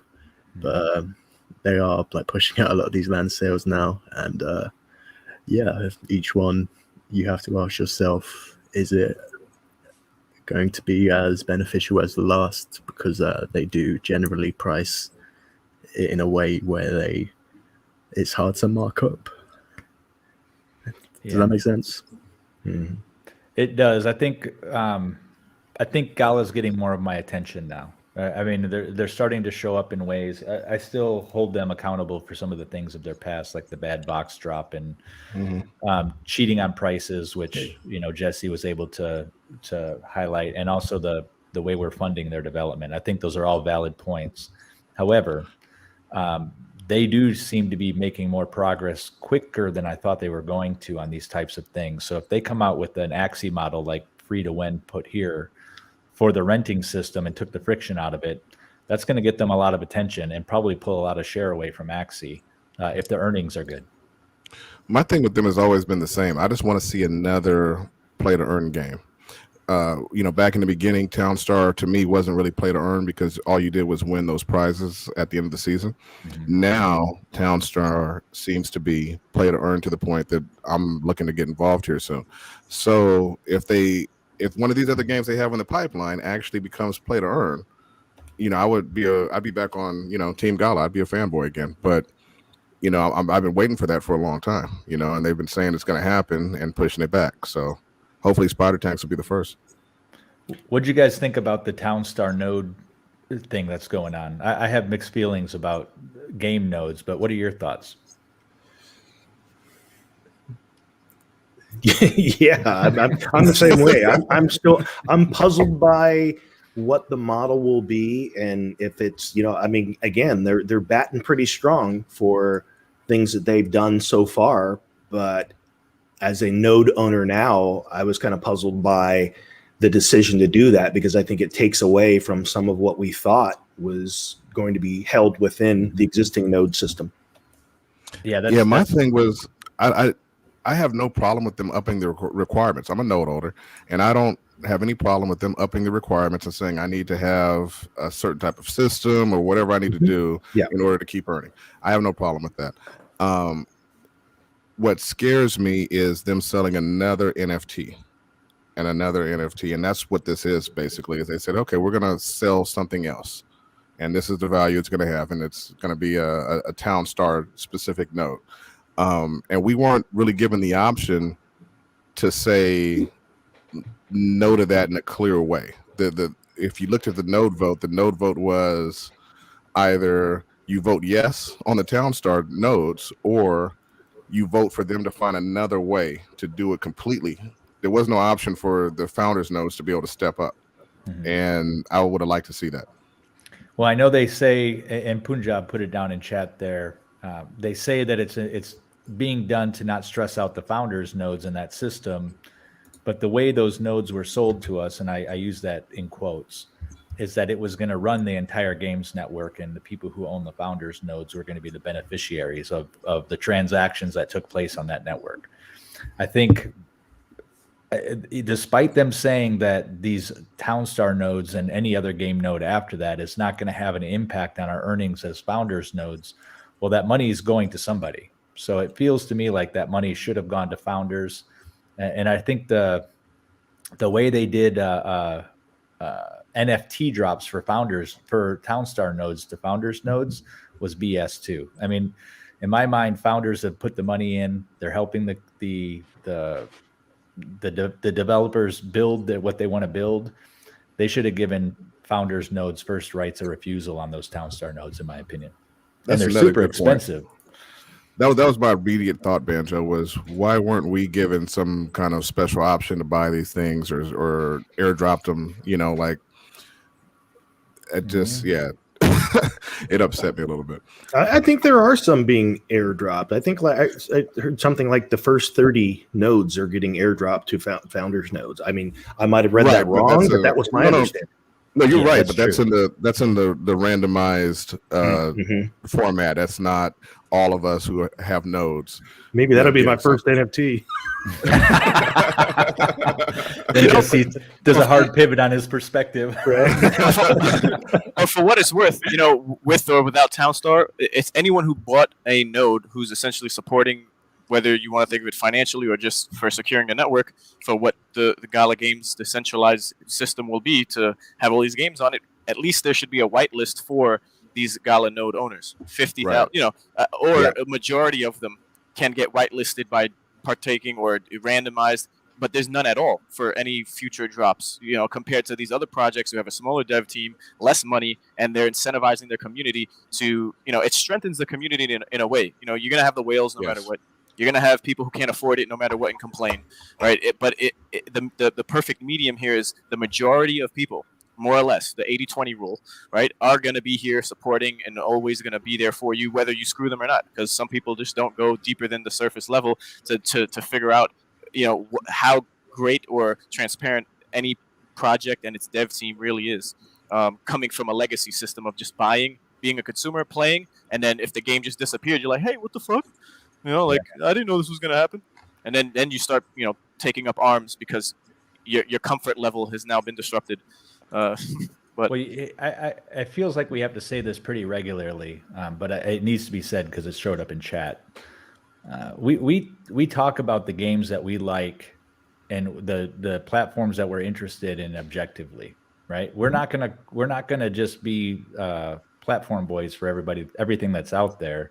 If there's something negative that needs to be said about a game and us give our personal criticisms or observations, that's why we're here. And I think that's why people like coming to us, because we don't sit here and get on our knees for different dev companies. If there's something we see that we don't like, we're going to call it out and talk about it. And I think that's one of the reasons, again, I'm repeating myself, that people come here for. We've actually said some positive things about Gala today and things that we think that they do well. So I agree with you. I think that the goal is to share what we see, whether that's good, bad, or ugly. And I'll be honest about it. I mean, my Gala node is one of my better investments ever, right? So, I want Gala games to do well, and I am invested in them doing well. But that doesn't mean I'm going to be critical or keep my mouth closed about things that I feel are dodgy or shady or possibly going to cause some problems in the future, because I want them to do well. So I have to tell them, hey, I don't think this is going to go well for us, if you keep down this path, I'd like to add too, like the shade that's being thrown around is just constructive criticism from our personal experiences. So it shouldn't dictate, again, what you should feel, because you never had that experience, right? Depending on how exposed you were to that or influenced by that community at that time when all the shade was happening, right? All the things that we were experiencing, just like in life. You might like someone who's a cheater and a stealer and a robber because they finished doing that. But at the time, we were the ones, or I was the one who was taken advantage of in that way. But but for the record, we're going in and out of playing fun games and then being investors. So the line is like disappearing as far as like, which one are you? And you're both at the same time.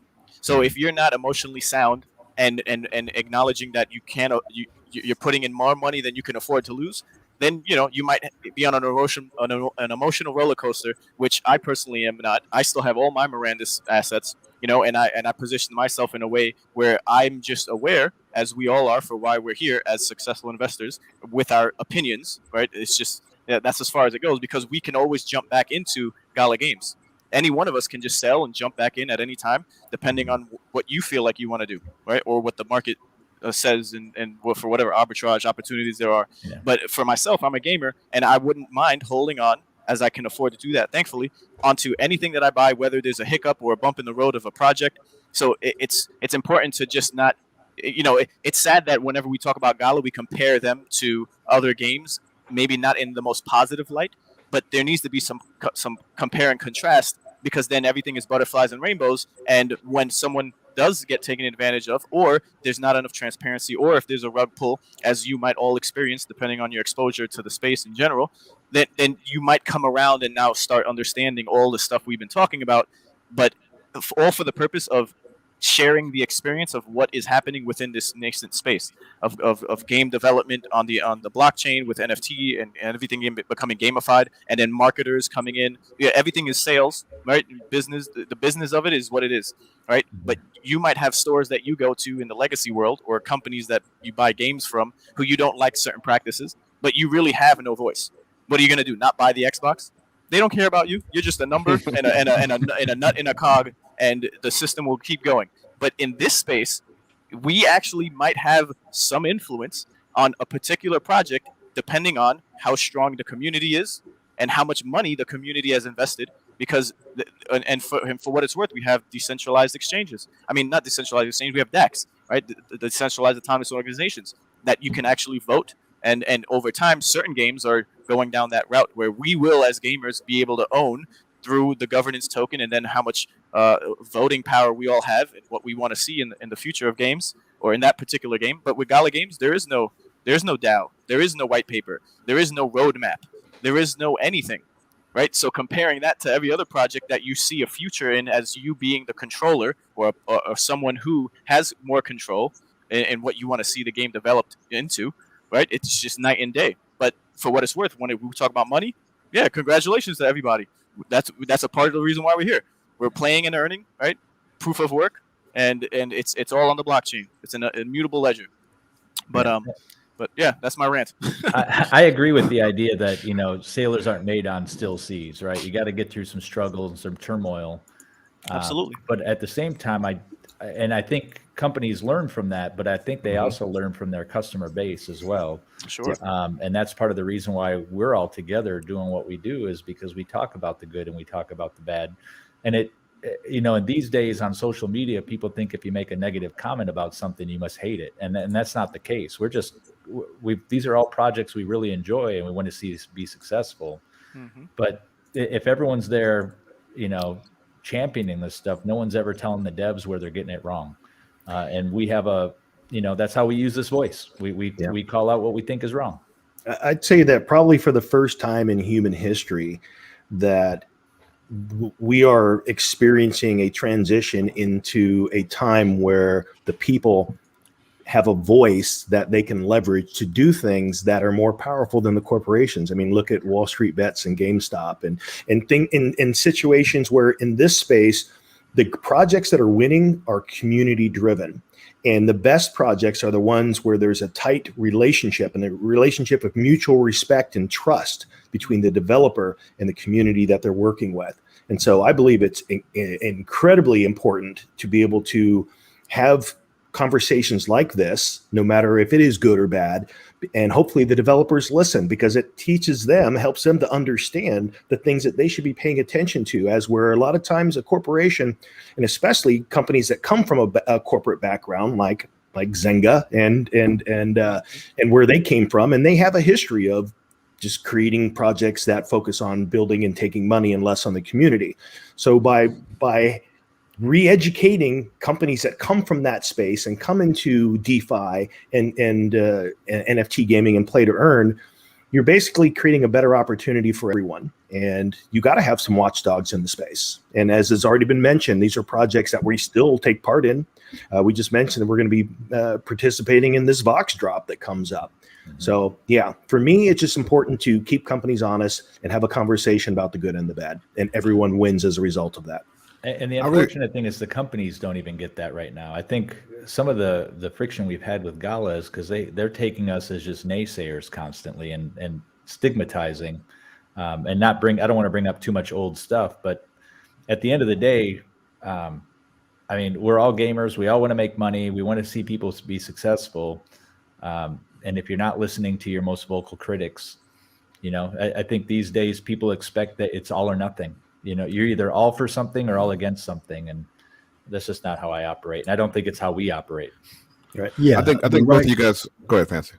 The right question or criticism asked now can change where we go.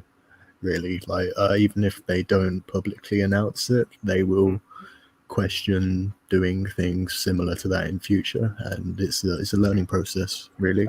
Two interesting reminders. It was shade on a company on Gala that got them to remove that 10% price padding. Had I not dropped that video, that would have never happened. And then also the very first server test was the result of Rome putting pressure on them to show something. So there's these things actually did move the company into action, and it does make a difference. Yeah, you guys are all making great points, and Fancy just said something that I was going to say is we have a responsibility to push back, because the metaverse is being created right in front of our eyes. And if we're going to end up with an IOI situation, or we're going to end up with a decentralized, free and open metaverse future, that's going to come from what we do today, where we put our money, where we put our attention, and how we critique or don't critique these projects. They're not going to learn. They're not going to know if we don't tell them. Like Jesse mentioned, Gala Games comes from Zynga Games. Zynga Games was a play to earn or a play to win company. So they were used to selling things constantly, just trying to find any kind of way to get the player base to see value in something that they could get more money out of them. Okay, now they brought that same mentality into the metaverse, into play to earn gaming. And they're selling it as, hey, you're going to be able to make money off these things. But they have the same process of constantly generating new things to sell. They basically have a store, and they're running the store with new products every day. And that's a dangerous perspective when you think about how economies actually work, which is why we were always pushing for them to hire economists. Because if you look at how economies work, you can't just pump products out. That's not how economies work. You're gonna crash if you do that, and that's a dangerous thing. And I want to see Gala Games and all the projects that I'm into do well. Yeah, it's interesting because a lot of people who listen to us come from the Star Atlas Metaverse, right? So they're not used to, and they don't necessarily know our history with Gala, and so this may come across as kind of harsh or intense, but the reality is this is how we look at Star Atlas as well, and we know that the devs of both sides watch this podcast from time to time, and really my message to both of them is this is about helping you. It's not about criticizing or tearing apart your work. Absolutely. Yep. We love your work, or we wouldn't be buying it. Right.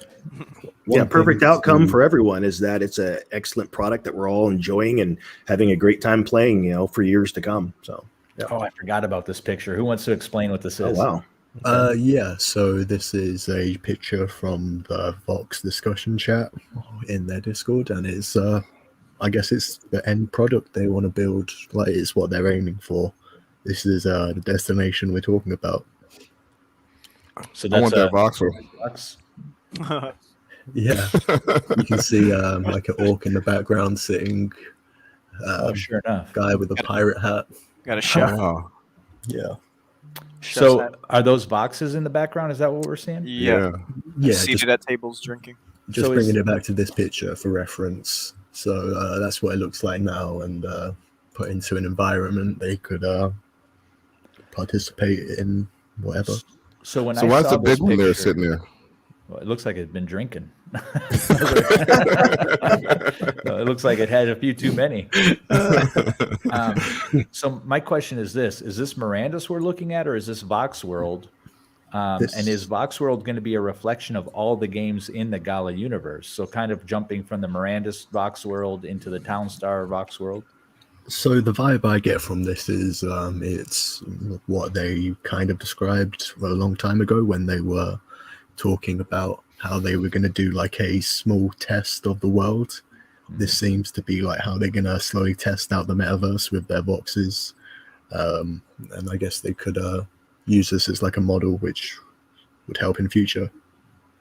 Interesting. That is interesting. At first glance, I thought it was Miranda, so I didn't even think twice. But to me now, it looks like a completely different world. Yeah, it looks to me like Mirandus Alpha. Very interesting. And for the record, we are invested and plan on, as we were before Star Atlas, having our guild, and we have our own category and channels in our Rome Discord. And if any one of you who are listening now or later, once the stream is uploaded, if you are buying any boxes and you have one that you don't need or want, check out our channels for the Mirandus for the Metaverse Nomads channel, and we could see if we can swap within instead of you just throwing it up and trying to sell it to buy one, because there might be someone in the guild, if you're a part of Rome, that is looking for yours to match their exemplar. So, keep that in mind. That would be replying to I'm not going to try to pronounce that. We talked about that at the beginning. We have a label in the bottom right corner. So if you rewind, there wasn't too much Star Atlas news to cover this week. We've kind of covered everything up to now, so we kind of passed through it, and we're working on other stuff. So I have one last before we. I don't know if we have more on Gala Games, but one of the things I want to mention about Gala is that they're about to head into a third. I'm assuming they're calling it a server test. The first test was you had a generic avatar. You logged into the world. The houses weren't skinned. They were just boxes, and then you had. Did we even have trees at that point? It was just an open. It was a valley. The second one had trees, and the buildings had some skins, and they were just modified a little bit different from what we expected in Outpost Land Deed. There was a couple of modifications on it. But the big thing that people focused on during then was there was a game of find a key phrase, a seed phrase, which had, I think, 1 million gal in it, which adds up now, right? And then so moving into the third one, it's I'm curious to see what if the skins have improved for the buildings. The trees look like they've taken on a next generation look. But the idea seems to be that you will be traveling around in this same probably one zone area, waiting for these orbs to appear, which provide your avatar with materium. And again, getting back into some of the things that Gala does, being very good at marketing. The idea behind that, I'm assuming, if we were a fly on the wall, again, my assumptions is that in that meeting, it was like, how do we sell the rest of these avatars? Because the benefit model that's coming up as a part of this is that more avatars you have, the more materium you can collect. So does that mean, are we thinking their meaning behind this is that there's a cap per avatar of how much materium you can collect, and then you log in with another one? Or does it mean you log in with one and it looks at the avatars in your wallet? I think it's the former rather than the latter. Yeah. What do you guys think? I'm thinking you have to, for each one you get to log in with, because if there's going to be a cap on how many people can get in at any one time, I don't know how long it's going to be, a day, a week.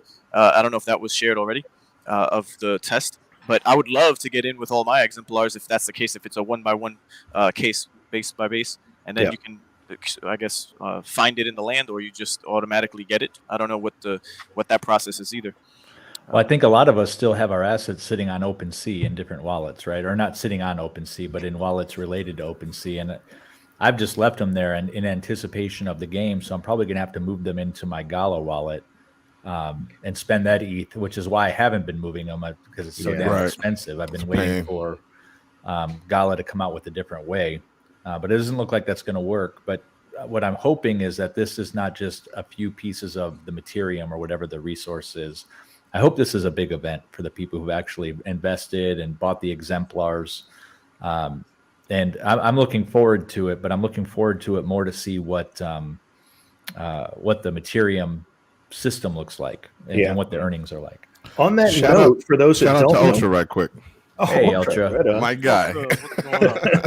For those that don't know, there is actually a way through MetaMask where you can connect your Gala wallet. So, for example, my avatars are actually, even the ones that I have on OpenSea, are actually in my Gala wallet. So it's the same ones when I log into Gala and I look at my Miranda's assets. They're the same ones that I see when I'm look at my OpenSea profile. So there is a way to do that. But yes, as you mentioned, I do have other wallets that have other stuff that I've transferred at some time. And those gas fees are a bitch. They suck. And actually, I learned about that MetaMask trick after the fact. So that's why I've got them split. But even just minting out of the treasure chest, there's things I'm not minting just because of the expense of the gas. And I've just been holding off until they have it all on the Gala chain, and then I'll mint it, hopefully, for cheaper. So what do we think the materium is going to be, what is the value of scooping that up? Because again, as someone that's paid attention, at least early on, not recently, but the early on lore of Mirandus, it was said that magic was going to be extremely rare, something you would very seldom ever see, and very few people would be able to wield it. But now we're going around collecting this element that is the magic equivalent of mana within the world of Mirandus. And so now that we've stockpiled whatever you can get, how does that play a role? And I mean, is it something that you will be able to sell on the open market because people will need it for potions, for crafting, for casting spells? Like, how do we see this element that people are going to be collecting? How do we see it being utilized? To me, it feels like a currency. I mean, at the end of the day, it feels like we'll be harvesting a currency that's used magically. And I'm curious if that is going to be the currency of the game. And it says you'll use Materium for just about everything. And to me, that's how, different games show up. Atlas, for example, use Atlas for everything. So I'm thinking currency. I'm not sure about anybody else. I had that worry, and I say worry, Banjo, because I don't want it to be the currency. I want magic. I want my magic to be my magic, and I want my currency to be my currency. And I don't know how they're going to make that work in a way that's going to sit well with me. But other than that, I mean, hopefully, I see this as a positive, because people who invested in exemplars are going to have a way to earn here coming up, and possibly they can resell their Materium or hold on to it and and hodl it or whatever they want to do. But I see this as a way of them giving value back to the people who invested in exemplars, and so that's a positive. I want to see more like this from Gala Games, and I want to see less of just NFT drop after NFT drop with nothing coming back to the community except resale value. I don't want it to be a currency. I still think they should have, I suggested long ago, Mira, MIRA should be the Mirandus currency. But then be able to take this Materium and, let's say, because it has a high perceived market value, that on the market, it will get you a lot of what the in-game currency is. I'm hoping that that's the way that it will hold its value, rather than be an actual currency that you pay in. When I'm wondering after this test, if we're going to gather some of this Materium, is it going to be tradable on a secondary market, or even within Gala? Are we going to be able to buy some from people for Gala, or is it just going to sit in a pool until we get another server test? So I'm curious if it becomes ours officially once the server test happens. Right. Yeah. Or is it an NFT in some form? Are you going to be able to see Materium on OpenSea? Is it like small love? I mean, Axie has small love potions, right? Yeah. So is it another secondary asset that you can trade and buy on open markets? I think it'll be interesting. And it looks like, based on what Punjab was saying down in the chat, is that Dust from Echoes of Empire, another game that's coming out, will have 2 use cases. And again, hopefully that Dust starts filtering through our nodes as well. Yeah. Yeah. So I look. was there anything else that came out of that Korea esports competition with them? Any other announcements or shares? I don't think so. It just seemed like the initial day. I didn't watch all of it though, as I said. I will probably go back through that. But yeah, it has potential. I'm not sure if we have anything else for Gala now. No, I think we're good. Do we want to jump into Axie? Yeah. As a transition to Axie, I wanted to tie it into something you said earlier, Banjo, about, if Gala goes the route of creating, leveraging what they've learned from Axie and creating their own scholarship program. I suspect that we're going to get rocked pretty, like, with good news at some point in the near future with Axie. And the reason I suspect this, and I'd be curious to hear your thoughts as the resident expert there, Ray, is that Axie is a company that they led the way and they were rewarded for it. But that doesn't mean the existing model is the model that you build upon going forward. They're incredibly cash rich right now. They have a massive user base, and they have their own exchange now. So it seems to me that now they can take a step back and say, what do we want to do to reinvent ourselves? Do we want to acquire companies? Do we want to, now that we've looked at the whole landscape, do we want to take our cash and develop something that we feel is now the best fit model? I think they're in the best position to do that. So I can only imagine that in the Axie Santa's workshop, there's a lot of things being created right now. For sure. Yeah. And I was trying to pull up some slides, but I wasn't able to make any myself. But there's some records that were broken in the last week when it comes to NFT sales in the space in general. And there was one land, the Genesis plot land, which is the closest to the center of the map. Mm-hmm. And those are the rarest that a person can buy. And it was sold for a whopping 550 Ethereum, which is over $2.4 million. And like, for what it's worth, these things are not crazily blown up into our consciousness, right? And like, did anybody else know that this happened? Like, no idea. You know what I'm saying? Unless you're following on all socials and up to date with what's going on any given project, there's some things that just go under our radar. That's why we're so great as a team, because we spread ourselves out to cover specific things. So that's phenomenal, and it trumps what the club's record-breaking purchase was. So now Axie is back on top as far as the record breaker of an NFT across the board in the NFT gaming space. I've said it before. I don't think Axie is going to leave that spot, right? I mean, World of Warcraft ran the top for MMOs for over 10 years, and Axie has a lot of gap between them and the next project. So, right. I mean, we talk about Gala. We just spent a lot of time talking about Gala. I see Axie as possibly even being a competitor to Gala as far as being able to attract development teams and bring new games onto their ecosystem like they've been talking about. And that's exactly what's going to happen, because they're going to be a platform that builds games. It's going to be a Steam. Every game company or organism like Gala, as they trump themselves to be, they onboard other games and also create their own. Essentially, that's what's going to take place, where there's going to be people who reach out to Axie Infinity who have a great idea that none of the devs on the Axie team thought about, and they're going to see it as a potential onboarding process for the RON ecosystem.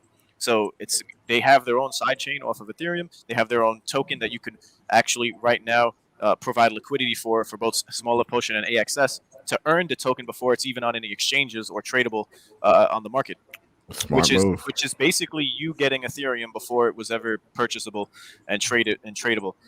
So for what it's worth, like, all of these layer 1 tokens do well, no matter what the platform is. And if Axie and Delphi Digital are behind, Sky Mavis rather, and Delphi Digital, they're not just going to let anything fail, and they're just not going to disappear. So as for what Axie Infinity is worth right now as a game, not everyone likes it. Everyone has their own genre of game and specific, complaints as well with Axie Infinity, as we do here. We've took a shit on and thrown shade at Axie for every game, man. For a good while. Yeah. When it comes to all the games. when it comes to scholarship management, with the transactions, as they did update recently on the Ronin network, they did some patching. So up until the 90 days of being able to liquidity provide to earn RON, before the actual network is live fully.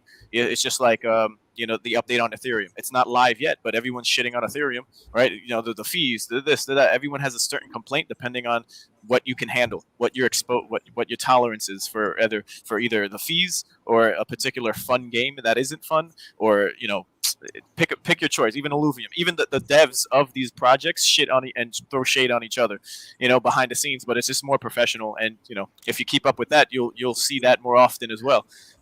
Aside from the people complaining in the Discord chats or what was the 90 days? Is that how long it's going to be that you can earn RON before you even know what RON's worth, kind of thing? Right. And okay. And based off of the numbers, because I'm in a great hosted podcast that talks behind the scenes. If you have the NFT, it's called Axie Chat, and they project what the price might be, and for what it's worth with all the numbers now, you're looking at a $10, $5 to $10. Yeah. So that in our right mind, do we think it'll just stay there or just go lower? I don't think so. Right, over the course of time, you could see a 3-digit RON token if they're going to have different games and different purposes, and even staking for RON. There's going to be so much utility and incentives, just like with every other ecosystem or NFT game, and its related token, that it's just a matter of time before everything and all of these things that we have problems with are just going to be, sprinkles in the wind, and then we'll all be earning and living on an island. That Ron token is a good thing. Like, but to me, that's the icing on the cake.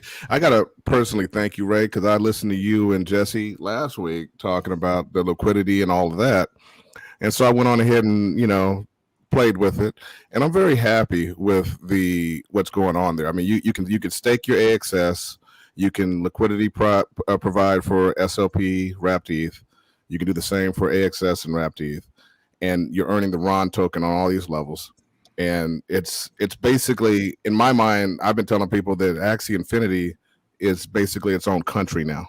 Because if you go to certain places in the Philippines, people are just, directly trading in SLP without even coming back to like Ethereum or anything like that. They're staying in the Ronin network. Mm-hmm. So you basically have your own economy now. I mean, it's its own world, which is one of the founding, it's a foundational block of the metaverse, basically, right? Yeah. So this is basically going to be, Axie Infinity, we could probably say today, it's probably the first piece of the metaverse. It just happened, with their decks and all that, Yeah, pretty much. And, there was a comment that was up there, when people are having the tokens before it's even tradable, they have more than just everyone else. So the token will take a shit. It will dump, right? The ebbs and flows of the markets when it's pre-sale, seed investors, what's the unlock period, there's all of that happening. So rest assured, it's not just going to keep going up. We will have a bear market and things will go down. But it's the fact of the matter is you want to have exposure to these different projects if you have the capacity to do so, right? Yeah. And that's all it's about, diversification. Just like if you was just investing in stocks, there's different, there's different categories or genres of company. You could do tech companies or oil companies, or like pick your choice. And if you're able to get them all, you'd weather the storms of economic strife, better than the next person. In addition to looking at models, because there's so many variables. And again, this is not investment advice at all. But in addition to looking at the type of model that something may seem to appear like, you also have to look at the stage that a project is in. And as I mentioned, one of the reasons I'm incredibly bullish on Axie and on Ron is because of where they are positioned. They can do anything they want right now. It doesn't have to be based on what they've already done. They've already won the Willy Wonka ticket for in this space, and now they can say, now that we are very cash rich and we have an exchange and we have this and we have that, what do we want to create? And they've got smart people over there, and so because of that, even if the model looks like something you've seen before, they just have so many things in their favor that, for me, as a lot of times, as I've even said before, I tend to take profit on stuff fairly early on, and then continue to look for opportunities for that. I think in this particular case, this is one I'm going to be hodling some Ron for a while. Yep. Bringing it back to 2 points you made about competitiveness and them being able to do whatever they want. So Gala gives South Korea $1 billion. They could go and give North Korea $1 billion. That's a rivalry done right, guys. You have no idea how much I love that idea, Fancy. It's not about being political. It's just about the statement it makes. That's hilarious. That's funny. I think it will be used differently. Yes. And go ahead. I was gonna say, what else you got going on in Axie Land, right? Yeah. So there was a sale of a double Mystic Axie, and if you go on the Ouchie Axie bot on Twitter, I'm actually setting up the slide now because I was just doing that while we were talking. But for what it's worth, we got double Mystic Axies, which there's only 1,400 of them. Mystic Axies in general, across the different body parts and how many can be Mystic, and it was sold for 93 Ethereum. And then there's also Mystic Land plots that are a step down from Genesis plots that are selling for 20. So the bot is just updating the Twitter feed of what's being sold, and on the Discord there's a channel, and you just see so some a ridiculous amount of sales and prices that are being bought and sold for, but there's something that shouldn't be ignored when it comes to Axie Infinity. And if you're just confused and criticizing it like people do with projects not knowing much, or spending enough time around, then it just might seem like a scam, or it's not going to last long. But for all of these projects, just spending longer periods of time and learning about, reading the white paper if there is one, and just feeling out and asking questions during AMAs, getting a better feel, will just help you with the confidence levels of just reaping some of the benefits of these projects, of just being involved. So I know I brought this up previously, and I don't recall the answer, but is there still a high gas fee to pay your scholars and things like that? So not anymore because of the DEX, right? So prior to the DEX coming out, you would have to take your profits in SLP and transfer them to the scholars, and then you could do that for free, basically on the Ronin network. Yeah. But in order to take profits, in order for your scholars or you to actually take profit, you would have to move onto Ethereum and pay that Ethereum gas fee.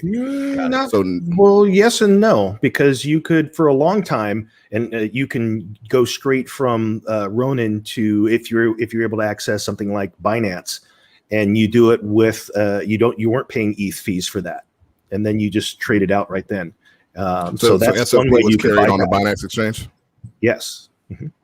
Binance US or Binance that you have access to? The regular Binance. That's at least that's the one that I have. So yeah, there was the fees were minimal for this has been the case for at least three plus months, I think 4 maybe. Yeah.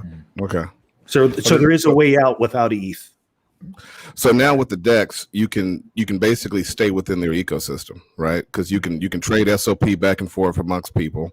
You can buy Axes or reinvest or stake AXS or provide liquidity or any of these things in the Axie DeFi ecosystem without having to get on another chain. That's the big one to me, is being able to take your SLP and now buy an Axie. So you can take what you've made and put it back in without fees. Right. Yes. Mm-hmm. It's huge. Yeah, the reason I ask is I was on another Discord for a project that's coming. And I asked the question, it was an ETH-based project, and I asked the question, are you going to transition this to another platform? And there's almost this zealotry around some ETH people, right? Like they think that ETH fees are a rite of passage and you should celebrate it, not grimace at it, which seems really strange to me coming from somebody who looks at money the way I do. But I was really surprised at how hardcore they were about the idea that this was going to stay on the ETH platform. And I know there's staking coming to ETH or ETH 2.0 at some point, but it seems to the goalposts seem to move on that from what I've been watching. But it seems that people should be looking for platforms that offer the lowest cost and the fastest transactions. That's why I like Solana. I know Flare is going to have some level of gaming platform, and that's cross-chain.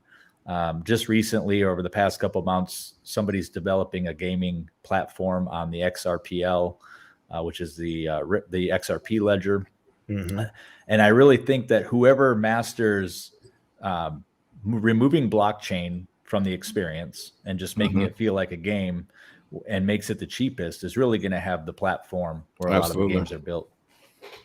Right. And I totally agree. And that's what every project is essentially trying to do. At the same time, build, like there's the devs on every network are doing their best to get the network itself with its related token outside of the devs on projects like NFT games. So it's such a bustling community of devs and growth that's taking place. But so here we are, the Genesis plot for 550, and just last year around the same time there was the record-breaking land purchase, which I don't have here, by a community member Flying Falcon. It was 9 Genesis plots for 1.5 million. But now, a year later, a little bit over a year, we have just one of those 9 plots, right, or Genesis plots in general, selling for 2.5 million, and this here we are with the double mystic, as there's the floor for single mystics are 35 Ethereum, and that's so the little guy here on my screen here, whenever I stop my camera, that's my Hasagi Mystic Axie, a little showing off there, but nice. I bought it for 7 Ethereum, right, but now it's the returns are just insane. We'll see what the utility is for Axies that are Mystic body parted, because maybe we'll be passively generating AXS token who knows? Or you'll win extra rewards. So, I mean, for those, including myself, that don't know, what is the suggested utility of land? So let's say this person that just bought this, this epic piece of land for two and some change million.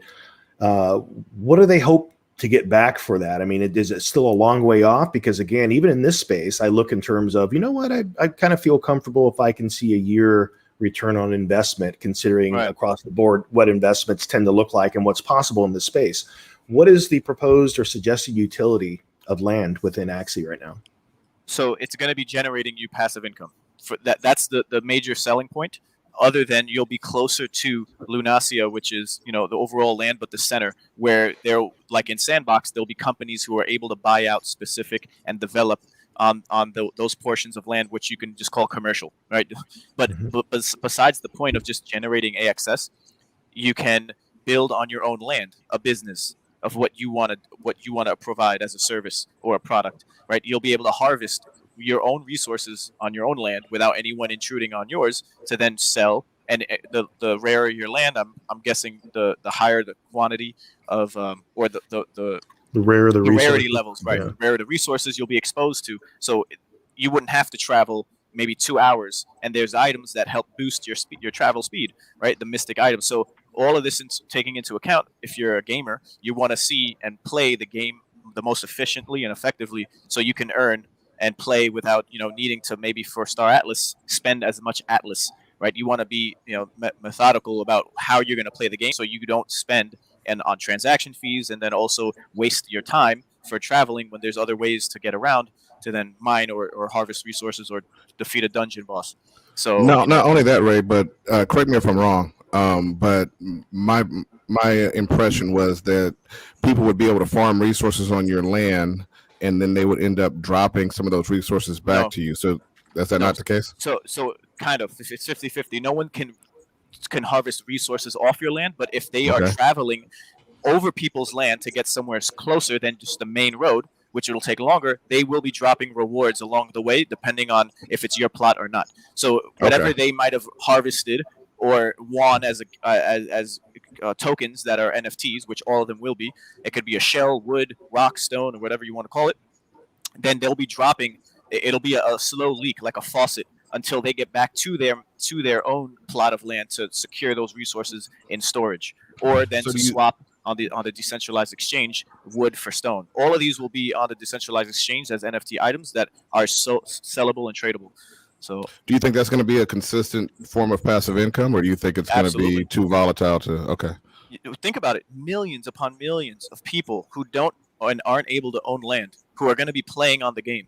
There's already over 1 million. So when I'm saying millions, plural, that's totally feasible, and we just see the whole ecosystem growing. So if there's a finite there's 4 quarters of land, and there's only one that's available now, and the others are to be released yet. We don't know the timeline for that. But if there's going to be double-digit millions of players playing, or let's say only 8 million, pick a million. That's more than any other game, and there's going to have people just roaming around, harvesting resources, dungeon diving, and just trying to get to the town hall, right, of wherever you are on the map, in that quarter of the region of the map, right, where you can then exchange. It's like RuneScape. You have the main marketplace where you just go and you're able to trade and swap your stuff at the market, right? But you're going to have people just everywhere, right? You're going to have Axies everywhere, and it's going to be a fun time, in my opinion. And if you are a landowner, just like in real life, you're able to rent it out and reap the benefits of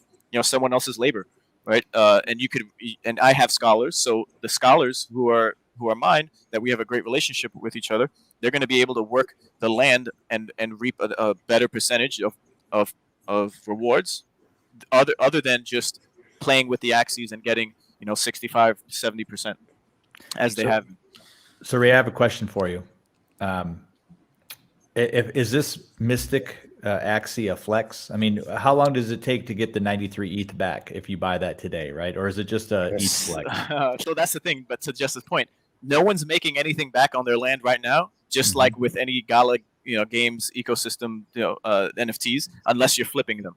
The appreciation is there, but that's basically what it is for axes that are mystic and then land, no matter what category or land plot it is. So it's been over 3 years, for a lot of people who bought when the chests were able to be minted, and then you get a random, depending on what chest you bought at the price, which was what, point something of an ETH, is not even a whole ETH. It was nothing, man. So now we're talking about people who had all these mystic axes and land plots flipping only, making great profit if you just held on to it. There's been a lot of OGs when I got in last year, October, and before AXS was even a token that you could even buy, right? There were people selling all out because from when they got in 2018 up until 2019 or beginning of 2020, it was over hundreds of percentages of increase, right? So they're like, shit, this might be the end of Axie, because they weren't as involved or knowledgeable on what the dev team was gonna or transforming into as they are growing themselves.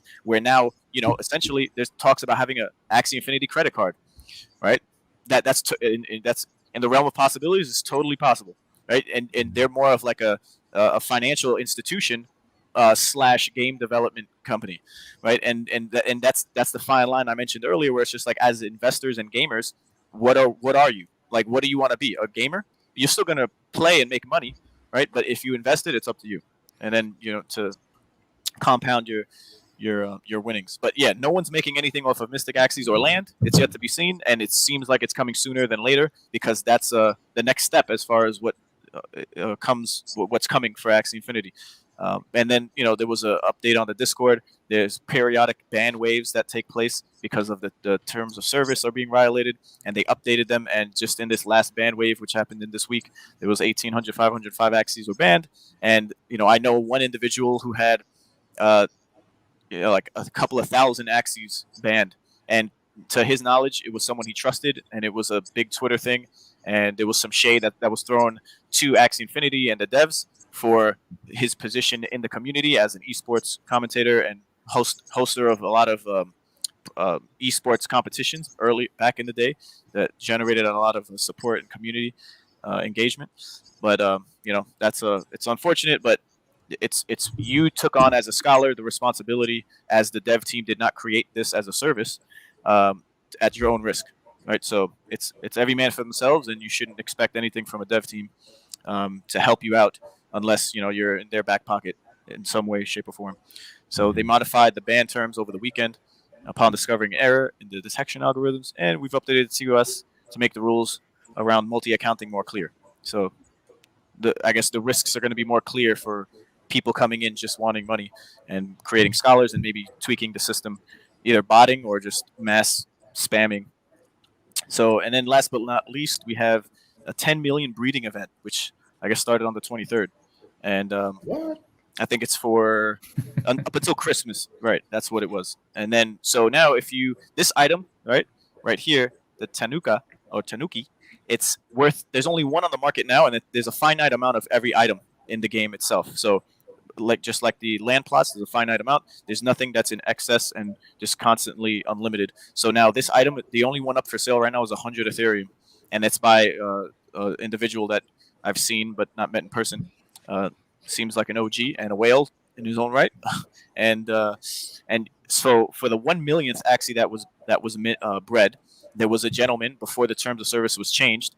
There was a gentleman who was very sophisticated, and his name was Max Brand, and he was a software engineer, and he actually intentionally was able to secure the 1 millionth Axie that was bred at the time. He created his own script for that. Yeah, exactly. Wow. So he created his own script to actually secure that 1 millionth for history's purposes or archive, whatever. And then everybody was in an uproar. The whole community was throwing shade on everyone left and right, and it was just like mayhem. And then, sure enough, it prompted, right? And this is what we're talking about. The devs didn't necessarily have anything in the terms of service that deterred anyone from doing this, because to them, who was going to do this? It was totally possible, but was it on anyone's radar, right? As a dev company, they got their heads in the sand or in the holes. They're just got their heads down doing their thing, right, and building the game. And then you have the whole community who expresses what they didn't like or what they did like, and what we would like to see are these devs and the companies associated with them just hear us out. And, for what it's worth, that's what happened. And now there's an updated on the TOS, and now they're explicitly saying that you cannot use any scripts. And if you go through the TOS, you'll know what you can and can't do. And it's going to be whoever gets it by breeding is going to get it. And there's no cheating or whatever you want to call it, which it technically wasn't cheating, because if you read the TOS before, it wasn't a thing that you couldn't do, right? It was not as clear as what it should have been, which it is now for anyone who can write scripts. So now, every team is going to be changing depending on how loud or how concerned the community is. And that's why we're here, and Rome is growing at the pace that it is, because people want to know that there's people out there who care and who will not just do whatever the larger community is saying, whether it's, which is just supporting the project. Of course we support the project. We support each other too. But if I see Banjo doing weed and crack cocaine on the corner, I'm gonna be like, dude, what the fuck are you doing? Just crack. Just crack. Well, pick your choice. It's just like we're all gonna come together and just try to get his ass off of and get him back on the podcast. Only if it's crack. So in conclusion, voice your opinions, and Rome is a great place to do that, and you won't be judged for it. So come join Rome. Well, that's always the thing is we've always promoted freedom of speech in Rome. As long as you're respectful, that's always the key, right? We have had to get rid of a couple people who were disrespectful, but other than that, say what you want. I don't care if you bash my projects. I don't care if you don't like me. I think everybody else is the same here. We've had guys come in and talk their shit and stand on it, and that's fine. And show their projects and stand on it, and that's fine as long as you're not spamming. We're okay with that too. Yep. Well, and just circling back to Tanuki, I had to look it up because somebody said something in chat. But the things you learn when you get on Google, right? So Tanuki is a Japanese shapeshifter, and it's a very well-endowed raccoon that's known to have a big belly and big testicles, and the testicles are what help it shapeshift. So there you go. There's your fluff on Tanuki in Japan. It's a well-endowed raccoon. That would make for a fine new PFP NFT. There's your avatar. With all the variations. Think of the different variations of testicles you could put on that raccoon. Hey, thanks for the shout out, Jose Cardenas. What is Rome? What is the Rome you guys are talking about? Where can I find more info about it? So you see that scrolling at the bottom of the screen now. So yeah, anybody who's interested anybody who's interested in finding out more about us or coming and hanging out with us in Discord, feel free to follow that message there. And then I just wanted to touch on Azrad Arch right quick. He said, regret not listening to AK, my scholarship owner I played for, missed the train not listening to him. Wow. You hear this a lot in the crypto space where people feel like they missed out. They missed out on Bitcoin. They missed out on this and that. And I'm here to tell you, you didn't miss out. Okay. We say good morning because it's so early. And that's the fact. Okay. Ray will be the first to tell you. I mean, he was in there far before me in Axie. And I've made money in Axie because I listened to him. I wasn't the first guy to buy a node by far. I thought I was late, and I bought a node, and it's been one of my best investments. In 2017, I was buying Bitcoin. I thought I was late. I thought I should have been buying at $10. Guess what? You know what I mean? And guess what? In 2024, people are going to be saying the same thing about the guys who are buying right now in Bitcoin. So remember that in this space. I mean, the space moves so fast that people tend to feel like they already missed a boat. Everybody's looking for the next biggest thing, and that's how you get caught up in scams. Don't worry about the next biggest thing. Worry about who's really creating, who's really building, who's really doing the work. And if you go to the places where the work is being done and the intelligent people are, and you're in the room, you're going to be successful. And that's what I see. And you don't have to be everywhere. Find a couple projects that really appeal to you that you can pay closer attention to and be a part of the community. Yeah, you can't stay on top of everything these days. It's I miss it every day. Every day I miss a project that just blew up. So I know we have a raffle coming up here shortly for our guild members, but also I think we have a little bit of a news on Illuvium. Sorry, Ray, is there something you wanted to jump in before we move on to Illuvium? Well, yeah, just on the point of, the people who are successful, follow them. Like follow them on Twitter. Get involved deeper than just knowing what the name of the project is, because then you build those relationships and you'll follow them because they're not going to be stagnant unless they're building something. But they invest in other projects too, so there's a lot going on behind the scenes, and what can give you more confidence in that small portfolio of like maybe 5 projects that you might be able to invest in.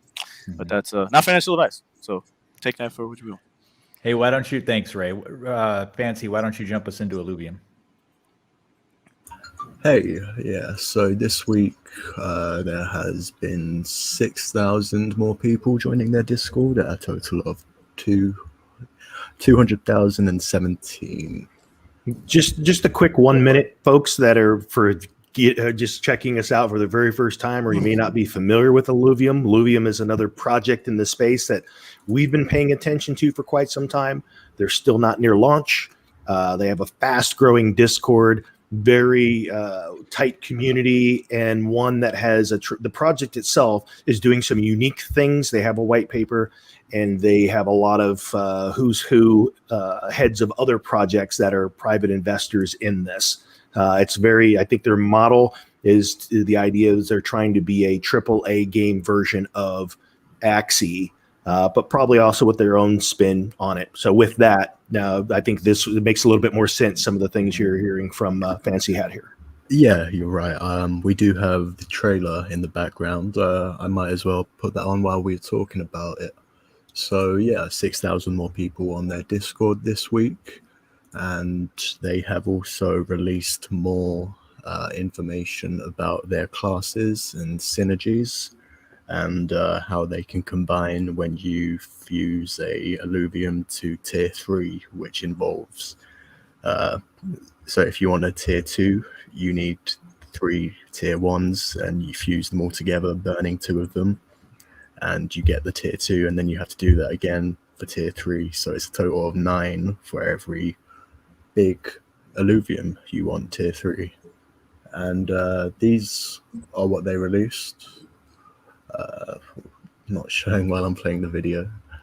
I'll have to turn that off.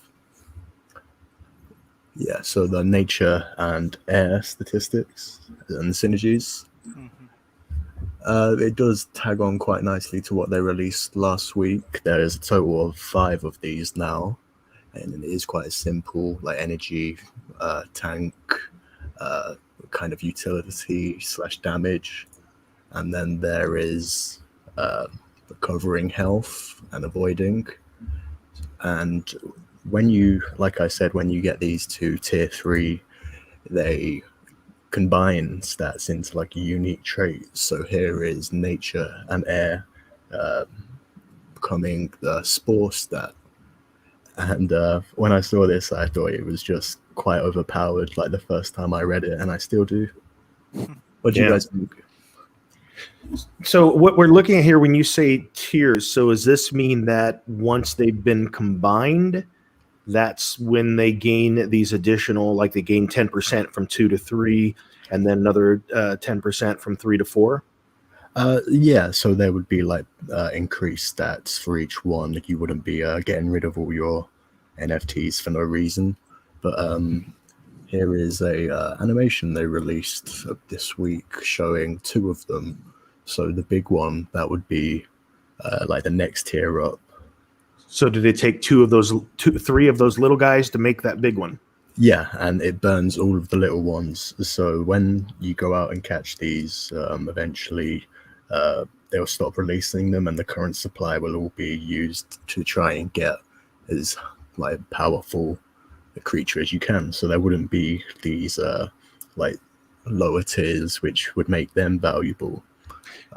Now, are you taking, do they have to be 3 of the same kind? I mean, obviously in this case, but are there instances where there's different recipes, like you combine these alluvials to make this new type of alluvial? Is that what we're seeing in the nature and air? So it's, yeah, I think they may be like standard, like 1, 2, 3. You have like a small version, medium, and then big.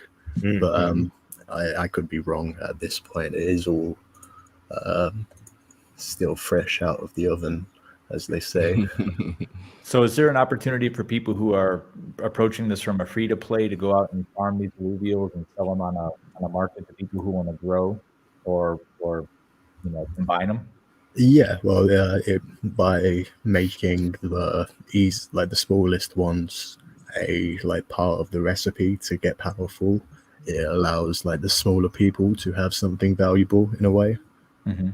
Mm-hmm. It would be something that's used throughout the game. I like the idea that they're going to launch with a burn mechanic for the game NFTs right off the bat. That's something that they probably learned from Axie Infinity, is having that right away is another tool that you can use to adjust the economy later on. So I like that. You want to thank you. You want to answer that question from the comments, Fancy? Yeah, so can I go over the benefits of investing versus playing for free in Alluvium? So there won't be a game for however long until they release it, and it could get pushed back from what we know now. I think it's first quarter of 2022 they want to have something out. But until then, people are going to be staking their ILV, and that'll just keep on rolling and rolling and rolling until that point. So if you are investing with the intention to play, it does help out, I assume. But no game is good if you have to play. Actually, if you have to pay for everything, in my opinion. Mm-hmm. Who would want to play that when there's only 1,000 of them? That means 1,000 can play. Right. When you limit, yeah. So with regards to investing, I think what a lot of people are doing now is they're doing the the staking of Alluvium. And yeah, I mean, it's done well for a lot of people. I mean, Alluvium itself has gone from probably around 250 from back in August, somewhere around there, to it's hit a high of 1,800 recently. And a lot of people are wondering, wow, how can this token from a game that's not even going to be launched this year be doing what it's doing? And I think that they're doing something unique with their staking, where they are utilizing the fees in some way to offset the impermanent loss.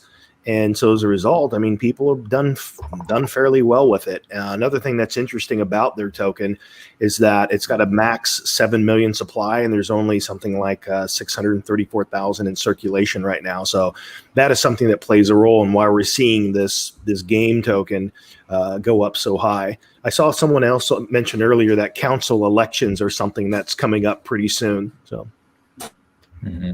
You want to explain what those are? Yeah, go ahead, Jesse. You there? Oh, well, just to play devil's advocate right quick is Alluvium does have a lot of support from the influencer community.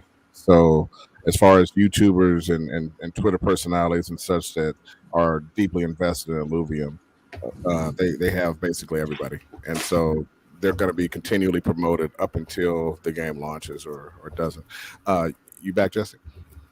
Yeah. Mm-hmm. Do you want to explain what the council elections are, Jesse, for people who don't know? Oh, actually, I don't even know. I just know, and the truth is, I have not been following the Discord very closely lately, just because, again, been so deep diving into so many other projects. But they do seem to have a unique form of governance where they are, starting to encourage voting from within to identify leaders that form this council. So I don't know if there's anyone else that any comments that we could pull up that share a bit more about that, because I'm certainly not an expert there. Fancy might know. I'll just share my understanding, and Fancy, correct me if I'm wrong, but it seems like it's a form of representative governance, right? People vote for their representative, and then the representative is the council, if you will, who vote on different changes in the game. Is that accurate, Fancy? Yeah, there has been a couple so far, and it does seem like they submit applications in an open channel. Everyone can read them, and you can emote on them, and I think you can vote on them, or perhaps they are just picked by the team. But it does seem like it will be good for the game. Mm-hmm. Awesome. Any other Alluvium news? That was it. Yeah, the chain attacks video and the new synergies they released. Awesome. Looks like they'll be releasing more of them weekly. Very good. Very good. Well, I think we're ready to wrap it up here. I think we have one last piece that we want to do. We have Monty, who is a squad leader in Rome, came up with an idea, and we'll bring him up here to kind of explain what he's doing and also share some great news with somebody who's going to win some Star Atlas NFT. So here we go. Monty, how you doing, man? It's Monty. No, I'm unmuted. Yeah, great. Thanks for having me, guys. Really love the show. Glad to have you. Always a pleasure. Welcome, Monty. Welcome. Indeed, welcome. Now some of you can put a face to the name who constantly talks on Discord. So, Yeah, this is the first time. This is your reveal. This is actually Monty's big reveal. I just realized that. Yeah. This is him. Have we never seen him before? Before I started in Rome, I had a full head of hair. Well, That's all Monty, the big work you put in. Yeah, before you get into what you're about to do, I just want to say publicly to you, thank you for all the great work you've done with Rome. Monty's been with us for a while now, and he's one of our leaders. And he's behind the scenes always working. He's either in Discord chatting with people or he's DMing with people, chatting with people. A lot of Guild's success is due to the people who are working behind the scenes, and Monty's one of those people who's always there doing something on behalf of the Guild. So thank you. Oh, I'm all shy now, all blushing here. Yeah, man. Well, I just got a cosign on it because everything he just said is 100% true, and we don't say it enough, I'm sure. Yeah. But you're one of the very valuable members of the Rome community, and Yeah. thank you. And Thanks so appreciate you much. showing up. Yep, there from day one, even when we were focused purely on Miranda's in the Gala game ecosystem. So it's been a long journey, and it's always a pleasure to have you with us. Thanks for everything you do. It's took its toll on me though. I'm only 20. Yeah. He's richer. Yeah, there you go. Yeah, that part. Well, but yeah. We can't see his pockets from here. No, they're empty. Trust me. This isn't where I live. This is my garage. This is where the wife puts me out here. And my computer. Isolates you. So Monty, go ahead and talk about what you got going on. Thanks, guys. So Rome and anyone watching, what we come up with was an idea for us to have a factory two, really. One, we can strengthen some of the squads itself. So the intention was to gain a little bit of money for Rome itself, anything that's left over from a raffle, but have a bit of fun and get a bit of social interaction between the guild members while we're waiting on a game to be playing. So to that end, we decided we were going to do a Wheel of Names raffle, and this is the second one that I've ran now. Currently it was 3.3 USDC, with transactions being so small on Solana.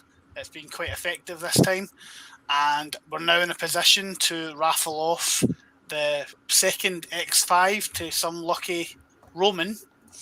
We've opened this up to the guild members of squads and the prospects of the squads itself. So without any further ado, I'll cut to the chase. All right. We don't Show see me your the money. screen, though, so you'll have to bring up your screen again like you did before. Yeah, and this is for an Pierce X5. Thanks again, Monty, for doing this. Real world value Great of the next 5 is what? 136 USDC it was today. Not bad. Not bad. Bought it. Yep, great initiative. Thanks so much, Monty. Can you see it now? It's the wrong tab. Oh, typical. I got stage happened. fright. It happened to us all first time. Well, if you want to bring that picture up that you had while he's doing that, Fancy, with the X5s. Yeah. Where is it? I was look at this and just the irony of this shot, because what you have is a repair ship up there in need of repair. Yeah. And I know we've talked about this picture before, but I really love the flying posture of these ships. It's The not formation. it's not the Yes. expectation. It's more like an X flying through the sky. Yeah, that is cool. All right. I think Monty's ready for us. Okay. Okay, so Take the we've not pic- run there this we go. before, so all the names of all the individuals who took part in the raffle number 2 are on this wheel, and what we'll do, we'll just go for a spin. It'll land on someone, and I will then send them the X5 when they come off the stream. Good luck, everybody. I'm excited. I see multiple names. Yeah. Oh, Oh. Player zero. Oh, player There zero. it is. Congratulations. Congratulations to player zero. Is he a Congratulations. citizen or is he a prospect? He's a citizen, I The believe. citizen, I think, is in one of the other squads from Reapers. But congratulations, player zero. I'll get that sent over to you this evening. Nice. congratulations, player zero. Congratulations. Winner. Looks like he did 3 tickets on the wheel that I saw. Yeah, he did. Yeah, he had there was 2 right there when he won.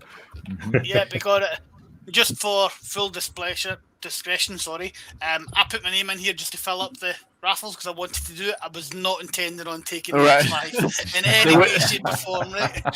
Right. That would be far too suspect. Yeah. Monty wins. Monty's the house. That would be a shortcut to becoming a prospect. See that domain Or name, not. montyspinningwheel.com. Hey, wait a minute.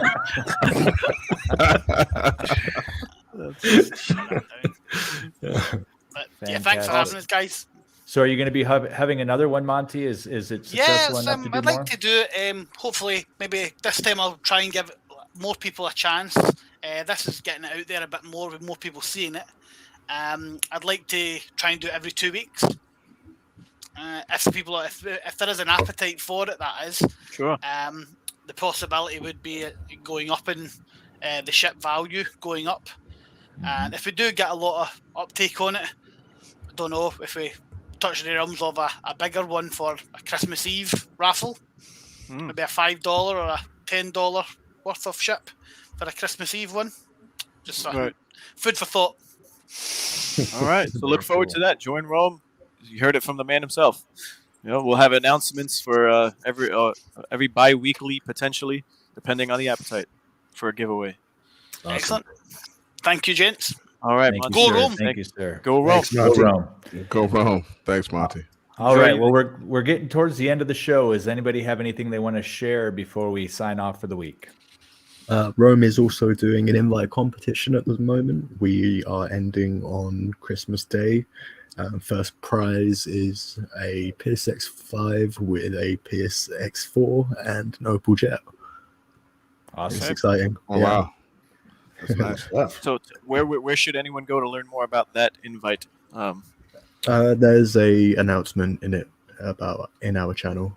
Okay, Announcement public channel. announcement. Yeah, cool. Fantastic. Anybody else?